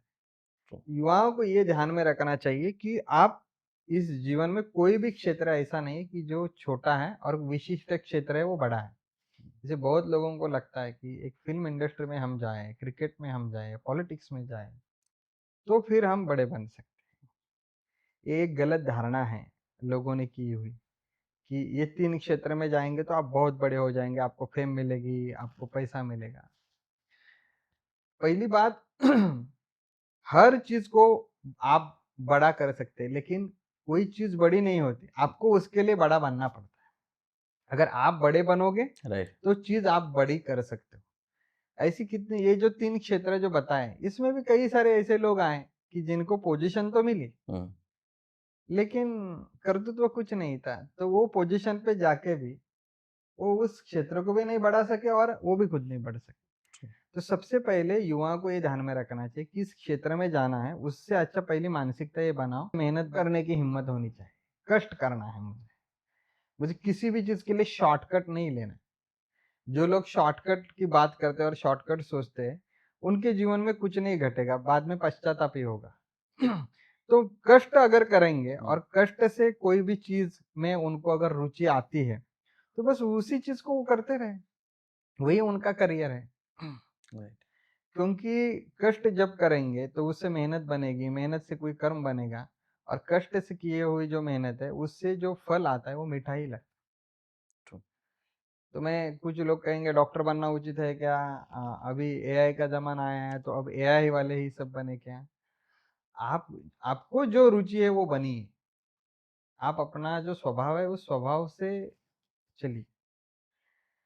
तो युवाओं को एक दूसरा सलाह रहेगा कि आप जितने दूसरों को देखेंगे, उतने आप स्वयं से दूर हो जाओगे। इसीलिए एक हर दिन में एक 5 मिनट समय निकालें, जिस समय मोबाइल अलग रखिए, सब अलग रखिए और खुद से कम्युनिकेट होने की बात कीजिए। खुद हुँ, से कम्युनिकेट हो जाओ, खुद से पूछो मेरी क्या गलती है? मुझे क्या लगता है मेरी गलती क्या है? मुझे क्या लगता है मेरी स्ट्रेंथ क्या है? क्या मैंने कल किसी के साथ बात की, उसमें जो मैंने व्यवहार किया, क्या वो तरीका सही था? जहाँ मेरा दिल दुख गया, वहाँ दिल दुखने का कारण मैं खुद हूँ या कोई और है? इन बातों को अगर वो बार-बार, बार-बार ऐसे हर दिन 10 मिनट, 5 मिनट करेंगे, तो वो हर युवा बहुत मजबूत होगा। चिंतन जो है, वो आज के युवाओं में नहीं है। ये पता नहीं क्यों नहीं है, लेकिन वो चिंतन होना चाहिए। हाँ, चिंतन जो व्यक्ति करता है, वो व्यक्ति अपना चेहरा अपने ही आईने में देखता है, वैसी बात है और अपने को सँवार सकता है। तो जिन्हें सुंदर बनना है, जिनको अपना भविष्य उज्ज्वल बनाना है, उनको चिंतन करना चाहिए। युवाओं को सलाह। जी। बस इसी से जुड़ा एक और सवाल जी। उसके बाद हम लोग क्लोज़ करेंगे। अ, फैमिली में जो रिलेशनशिप है खासकर हस्बैंड वाइफ के बीच में या फिर माता-पिता के बीच में, गर्लफ्रेंड बॉयफ्रेंड के बीच में बड़ा कॉम्प्लिकेटेड हो चुका है। बहुत तुरंत लोग गुस्से में आ जाते हैं या फिर तुरंत लोग उस पे रिएक्ट करते हैं। इस पे अगर कुछ समझा पाएँ कि कैसे इसको साधें लोग और कैसे संयम रखें इस पे? रिश्ता जीवन में बहुत ज़रूरी है क्योंकि मनुष्य अकेला तो नहीं रह सकता। कुछ लोग बोलते हैं फिर सन्यासी रहते, सन्यासियों ने भी अपना संबंध जोड़ दिया है प्रकृति से, पेड़ से, बिल्कुल सही, वो शांति से क्यों ना बिल्कुल हो, सही। वो शांति से भी जोड़ा है, वो भी रिलेशन ही है। वो ना मिले तो बेचैन हो जाएँगे वो। हाँ, ये देखिए, तो जो हम वहाँ पे नहीं हो सकते, हम शांति से संबंध नहीं जोड़ सकते। हम क्या ब कहते हैं, उस खुशी से संबंध नहीं जोड़ सकते। इसीलिए तो हमारे जीवन में लोग हैं, हुँ, मित्र हैं, हुँ, रिश्ते हैं, हुँ, जो वो बड़ी बात नहीं दे सकते, जो छोटी-छोटी बात दे सकते। ट्रू, तो रिश्ता कब टिकता है? जब उस रिश्ते में से आपका एक्सपेक्टेशन जब ज़ीरो हो जाता है तब। पहले तो हम नाता इसीलिए बनता है कि जब हमारा ज़ीरो एक्सपेक्टेशन होता है तभी से नाता बनता है। लेकिन जब उस नाते को हम दोहराते रहते हैं, उस नाते से हम चलते रहते हैं, जीते रहते हैं, तो धीरे-धीरे ना उस हर समय में ना हमारा एक एक्सपेक्टेशन सेट हो जाता है। ट्रू, तो हमें सब रिश्तों से एक्सपेक्टेशन करना बंद करना चाहिए। हर व्यक्ति की एक अपनी-अपनी निजी ज़िम्मेदारी होती है। हुँ, वो आदमी क्या करता है रिश्ते में आने के बाद क्या होता है एकदम एज़ यूजुअल हो जाता है ना, तो धीरे-धीरे वो अपनी ज़िम्मेदारियों का शिकार दूसरों को ही ये करता है कि ये तुम्हारे कारण हुआ, ज़िम्मेदार ये मानते हैं उसको। तुम्हारी ज़िम्मेदारी है, हुँ, ये तुम्हें करना चाहिए, ये मुझे करना चाहिए। ठीक है, उसने किया नहीं, उससे हुआ नहीं, कभी-कभी उसकी तबीयत ठीक नहीं, कभी-कभी उसका ध्यान नहीं है, कभी-कभी वो किसी और ही ध्यान में चला गया है। तो ठीक है ना, मेरी ज़िम्मेदारी मैं करता हूँ और हर व्यक्ति रिश्ते में अपनी ज़िम्मेदारी खुद करे तो एक्सपेक्टेशन होगी नहीं और एक्सपेक्टेशन नहीं होगी तो रिश्ता बिगड़ने का सवाल नहीं है। दूसरी बात रिश्ता इसीलिए बिगड़ रहा है क्योंकि हर रिश्ते की जड़ है समय के साथ। हुँ, आप उस रिश्ते को साझा करने के लिए समय नहीं व्यतीत करेंगे तो रिश्ता बड़ा नहीं बड़ा होता नहीं होगा। है, रिश्ता सुदृढ़ नहीं होता। तो समय दीजिए रिश्ते में और अपनी ज़िम्मेदारी अपन करेंगे। ये करेंगे ना तो धीरे-धीरे पता चलेगा जिससे उम्मीद नहीं रखी वो भी बड़ा आपके क्लोज़ आ गया और आपको मदद कर रहा है और आपकी चीज़ें आसानी से हो रही है, तो आपका दिल बहक जाएगा, आपको प्यार हो जाएगा। आप उसके लिए जाओगे, उसके लिए मदद करोगे, तो इससे रिश्ता और मज़बूत हो जाएगा। तीसरी बात है रिश्ते में जो मुझे अक्सर दिखाई देती कि बहुत लोग हैं ना कि रिश्ते की जो नींव है ना, वो एक अम, फ़ेम के साथ हुँ, पावर के साथ, पैसों के बेसिस पे ही जोड़ते हैं। राइट, तो भाई साहब ये रिश्ता एक पवित्र बंधन है। पैसा आज है कल जाएगा, फ़ेम आज है कल जाएगा, कोई नया आएगा तो तालियाँ और बजाएँगे। तो इन बातों के लिए किसी के साथ दोस्ती मत करो। इन बातों के लिए किसी को अपना रिश्तेदार मत बनाओ। कोई गरीब हो जाता है तब हम हमारे द्वार उसके लिए आने-जाने बंद हो बंद जाते कर हैं। कोई देते हैं, कर्ज़े में डूब जाता है तो हम फ़ोन लेना शुरू कर बंद कर लेना देते हैं। बंद कर देते हैं। रिश्ते इसके पार हैं। जब किसी के पैसे खत्म होते हैं, जब किसी की पावर खत्म होती है, जब किसी की अच्छाई की दिन जो है वो आरोग्य ठीक नहीं होता है, ये सब कुछ चला जाएगा ना, तब रिश्ता काम में आता है। राइट, तो उसको उस नज़रिया से देखना बंद करो। आपकी जो प्रगति है, प्रोग्रेस है, वो रिश्ते से कभी नहीं बढ़ेगी क्योंकि प्रगति होने के लिए आपको प्रामाणिक और नेक काम करने पड़ते हैं, मेहनत करनी पड़ती है। उसके लिए अकेले के लिए संघर्ष लेना पड़ता है। लोग संघर्ष से बड़े दूर हो जाते, हुँ, फेल्योर से दूर हो जाते। मेरा कहना है कि अगर रिश्ता अच्छा निभाना है, चाहे पब्लिक से ही क्यों ना हो, चाहे फैन से ही क्यों ना हो, हुँ। फैन आपको बहुत मोहब्बत करेगी। आप उस संघर्ष से गुज़रो और वो भी अकेले और प्रामाणिक होके गुज़रो, आपको दुगना प्यार मिलेगा फैन से भी। तो लो आदमी का ऐसा है कि सक्सेस चाहिए, संघर्ष नहीं चाहिए। फूल चाहिए, काँटे नहीं चाहिए। अरे! काँटे और फूल साथ में ही आएँगे। बिल्कुल सही, वो कैसे आप कैसे उसको दूर कर इग्नोर कर सकते हैं? सकते हैं। इग्नोर नहीं कर सकते और इसीलिए मेरा ध्यान ये है कि हम सक्सेस को बार-बार जो दोहराते हैं, उसकी चिंता नहीं करनी चाहिए। फेल्योर के समय पे हम हमारी नीतियाँ, हमारे प्रयास, इनको हम अगर प्रामाणिकता से करेंगे, तो रिश्ते अच्छे रहते हैं और फिर लोग आपसे और प्यार करते हैं। आपने युवा के लिए इतनी अच्छी बात बताई और काफ़ी प्रेरणादायक बातें। अ, युवा हमेशा कन्फ्यूज़ होते हैं कि जब वो चिंतन की बात करते हैं, आपने बोला कि उनको चिंतन करने की ज़रूरत है। तो चिंता और चिंतन में अंतर क्या है? जब आदमी चिंतन करता नहीं है, तो चिंता हो जाती है। क्योंकि समझ में आया ना? समझ आई बिल्कुल। हमने काम नहीं किया, तो आप हमने परेशान हो जाओगे। तो आप परेशान होने ही वाले हैं। तो चिंतन करना चाहिए। चिंतन करने की जो एक्सरसाइज़ है, वो अभी के जनरेशन में और काफ़ी समय से की नहीं। लोग पहले जनरेशन जो था, वो दौड़ता रहा, हुँ, क्योंकि अभाव था उनके जीवन में। हुँ, ये कम है, वो कम है, ये नहीं है, वो नहीं है। तो उन अभावों को पूरा करने के लिए वो लोग संघर्ष के साथ जीते रहे। चलो ये प्राप्त करो, वो हुँ, प्राप्त करो, वो हासिल करो। हुँ, अपने परिवार की रक्षा के लिए इसकी ज़रूरत है, उसकी ज़रूरत है। वो दौड़ता रहा। हुँ। अभी जो जनरेशन है उसके पास समय ही नहीं, क्योंकि उसको इतना एंगेज किया जा रहा है गैजेट द्वारा, राइट। एआई द्वारा और कई तरीकों द्वारा हुँ, इतना एंगेज किया जा रहा है, हुँ, तो उसको पॉज़ लेने की आदत ही नहीं है और वो पॉज़ नहीं ले रहा है ना, इसीलिए आज का जनरेशन एग्ज़ॉस्ट भी बहुत जल्दी हो जाएगा। हुँ, इस जनरेशन की हर कर्म जो है ना, वो कर्म जो हो जाएगा या कार्य हो जाएगा, उसकी लाइफ़ बहुत कम हो जाएगी। जैसे हम कोई कॉन्सेप्ट लाते हैं, किसी चीज़ को हम निर्माण करते हैं, तो उसकी एक लाइफ़ साइकिल होती है। इस जनरेशन द्वारा जो भी कुछ निर्माण किया जाएगा, वो हुँ। ज़्यादा लॉन्ग टर्म तक वो असर भी नहीं देगा अच्छा। और टिकेगा भी नहीं। क्यों? क्योंकि ये एग्ज़ॉस्ट एनर्जी से हर चीज़ निर्माण हो रही है। जब हर चीज़ की निर्मित ही एक शांत और एक प्रदीर्घ समय से जब आपकी तैयारी चलती है किस विषय की और उससे जब कुछ निर्माण होता है, हुँ, तो उससे सबकी चिंता मिट जाती है। तो यही फ़र्क है कि जब हम चिंतन नहीं करेंगे, तो हमें समझ में नहीं आता कि हमारे हाथों से क्या-क्या गलत हुआ।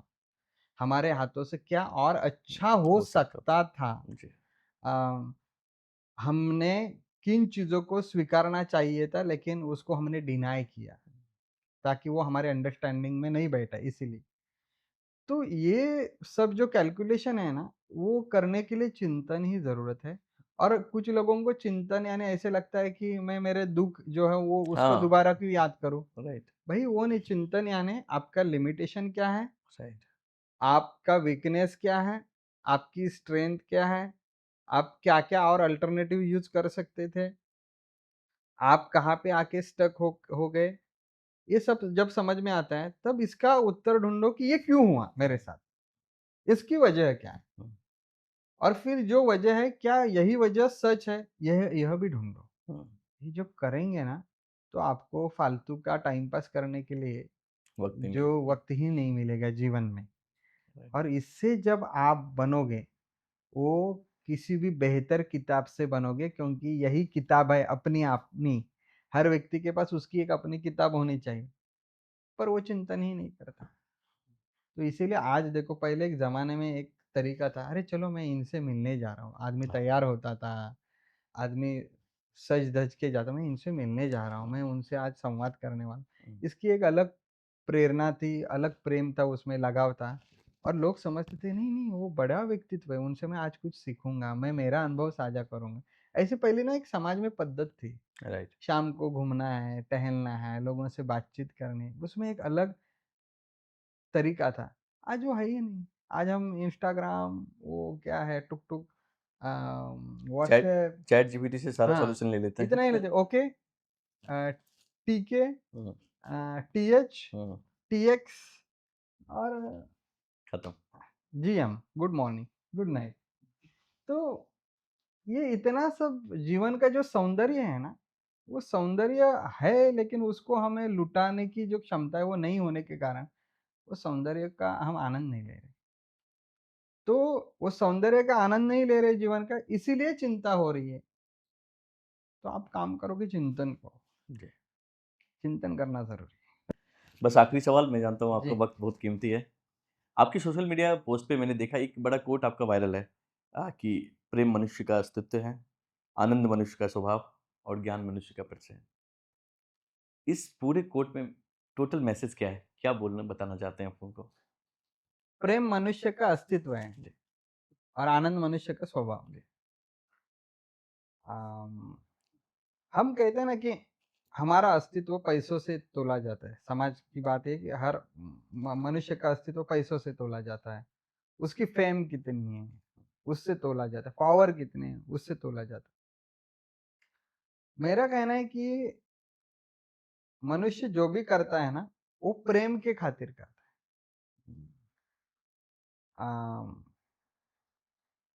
पैसों में भी पैसा इसीलिए चाहिए उसको, धन इसीलिए चाहिए, संपत्ति इसीलिए चाहिए कि वो सोचता है कि ये होता है हुँ, तो मेरे पास सब होता है और सब में वो क्या देख रहा है? प्रेम। आप मुझे चाहिए, वो मुझे चाहिए, यानी आप धन रहेगा तो आपको लगता है कि मेरी पावर बनी रहेगी और इसके कारण मैं सबको कंट्रोल कर सकता हूँ। राइट, कंट्रोल क्यों करना चाहिए? क्यों करना चाहता है आदमी? क्योंकि उसको लगता है कि मैं जैसे कहूँ वैसे सब रहे। मैं कहूँ अब यहाँ चलो तो यहाँ चलो, मैं कहूँ कि आज बंद तो सब बंद होना चाहिए, मैं कहूँ कि मैं ऐसे-ऐसे मुझे लग रहा है तो सब लोग बोल रहे हैं हाँ, ये यही ठीक है। तो प्रेम को वो नहीं पा रहा है ना, हुँ, प्रेम को पाने की क्षमता के लिए उसको जो करना है वो एक अलग ही बात है, वो साधना का मार्ग है। वो नहीं कर पाता है, इसीलिए उसने छोटी चीज़ चुनी है, धन, हुँ, पावर, फेम, इसके कारण ही वो अपना अस्तित्व को मजबूत बनाना चाहता है। तो इसीलिए प्रेम हर मनुष्य का अस्तित्व है। जो आनंद की बात मैंने की, आनंद मनुष्य का स्वभाव, आदमी जो भी कुछ चाहता है करने में इसमें, वो क्यों चाहता है कि उससे उसको आनंद मिले। राइट, फ़ोन लेता है, कपड़ा लेता है, घर लेता है, जो भी कुछ लेता है, जो भी करता है वो आनंद आनंद प्राप्त के लिए। करता है, राइट, तो आनंद मनुष्य का स्वभाव है ना, प्रेम मनुष्य का अस्तित्व है। उसके अगर आपके पास इतना बड़ा धन है, इतने बैंक में इतने पैसे हैं और वो आप एक व्यक्ति को कह रहे हैं कि सिर्फ़ आज मेरे दोस्त मैं तुमसे बहुत प्रेम करता हूँ, तुम मेरे लिए नौकरी छोड़ दो हुँ, और मेरे साथ रहो सिर्फ़। मैं तुम्हारे तुम्हारे लिए मेरे अपने बैंक में जितने पैसे उतने सब कुछ देता हूँ। और वो आदमी कहता है कि नहीं चाहिए तुम्हारे पैसे। तो धन होते हुए भी वो प्रेम को नहीं ना हासिल कर नहीं कर सकता है। पाया, यानी मनुष्य का अस्तित्व पूरे प्रेम के ऊपर है। प्रेम ही सबको जोड़ लेता है और मनुष्य पूरे प्रकृति के साथ, पूरे जीवन के साथ जुड़ना चाहता है। ये प्रेम का अस्तित्व है। माँ को बच्चे का प्रेम चाहिए, नेता को जनता का प्रेम चाहिए। अ, धन को सम्राट का प्रेम चाहिए, सम्राट को धन का प्रेम चाहिए। तो ये अगर नहीं है तो जुड़ेंगे नहीं चीज़। इसीलिए सही बात है, मनुष्य का पूरा अस्तित्व प्रेम के ऊपर निर्भर है। अगर आपके पास प्रेम है, तो आप धन कमा सकते हैं, फेम कमा सकते हैं, पावर कमा सकते हैं, सब है आपके पास। अब अध्यात्म में ये बताया जाता है, अध्यात्म ये कहता है मेरे नज़रिया से कि हर व्यक्ति को प्रेम जो है, उसको कमाने के लिए धन की ज़रूरत नहीं। प्रेम साधना से आपके भीतर विकसित होता है। जब आप शुद्ध बनते हो, जब आपका भाव शुद्ध हो जाता है, तब आपके जीवन में आप पाते क्या हो? प्रेम पाते हो और जब आप प्रेम पाते हो, तो आप किसी की मदद करते हो, आप किसी को सपोर्ट करते हो। आप कोई गिर रहा है, तो उसको आप उठाते हो। आप किसी का बुरा हो रहा है, तब आप उसको सहायता करते हो। तो ये समझिए और ये प्रेम जब है आपके पास, तब लोग आपके पास आते हैं, लोग आपसे जुड़ते हैं, लोग आपसे प्यार करने लगते हैं। इसीलिए प्रेम अस्तित्व है मनुष्य। आनंद की तो बात मैंने कही ओके, कि वो स्वभाव है, हर चीज़ तो आनंद के लिए पति-पत्नी में भी अगर आनंद नहीं, बच्चों में और माता-पिता में भी आनंद नहीं, घर में भी आनंद नहीं, कार में आनंद नहीं, तो वो सब है होता है कि अपडेट करो। एक तो अपग्रेड करो, अपडेट करो, नहीं तो एक्सचेंज करो, नहीं तो बदल दो, नहीं तो छोड़ दो। राइट। तो आनंद है। परिचय की बात इसीलिए की कि समय आया है कि लोगों को बताने का कि आपके पास संसाधन कितने हैं, हुँ, इससे आपकी गरिमा, इससे आपकी प्रतिमा, व्यक्तित्व नहीं बनता है। आपके अंदर रियलाइज़ेशन क्या है, आपने किस ज्ञान को अनुभव किया है, इससे यही आपका परिचय है, आपके होने का। तो इस कारण वो प्रेम आनंद ज्ञान का संदेश बात हुई। बात हुई है और ये प्रेम आनंद ज्ञान विशेष बात ये है कि आप दिव्य ऊर्जा बढ़ाओगे, तो ये आपके पास बिना पैसे के, बिना धन के, बिना पावर से ये आता है। ये है, तो जीवन में आप कुछ भी कर सकते, कुछ भी पा सकते, कहाँ भी पहुँच सकते। राइट। लेकिन जब आदमी के भीतर ये जग जाता है, हुँ। तो आदमी को वो चीज़ों का इंटरेस्ट ही नहीं रहता क्योंकि जैसे पेड़ है, तो पेड़ की छाया तो आएगी ही। थैंक यू सो मच आपने इतना टाइम दिया और उम्मीद करेंगे कि इन फ्यूचर हम लोग फिर एक डिस्कस करें और जिसमें हम लोग अगले स्टेप पे जो ध्यान का अगला स्टेप है उस पे चर्चा करेंगे। बहुत ही मज़ा आया, शानदार रहा ये मेरे लिए तो एक अद्भुत अनुभव के जैसा है आपके साथ बात करना। और आप जिस प्रकार से प्रश्न कह कह रहे थे, तो उससे मुझे ये लगा ही नहीं कि ये कोई ऐसा प्रोग्राम हो रहा है वगैरह ऐसा। बहुत सुंदरता से और एकदम सहजता से जैसे बात हो रही थी वैसे हुई। वही वाली है जो आपने बोला ना दिव्य ऊर्जा वाली बात है कि जब ऊर्जा मैच होती है तो फिर एक अलग ही रूप उसका निकलता है और काफ़ी काफ़ी मुझे लगता है कि लोगों को भी पसंद आएगा और लोगों को एक अलग एस्पेक्ट देखने को मिलेगा कि इस तरह से भी काम होता है ना? ऊर्जा का एक ये भी रूप है जो और सब कुछ आपके अंदर ही है। Thank you so much sir. Thank you, thank you.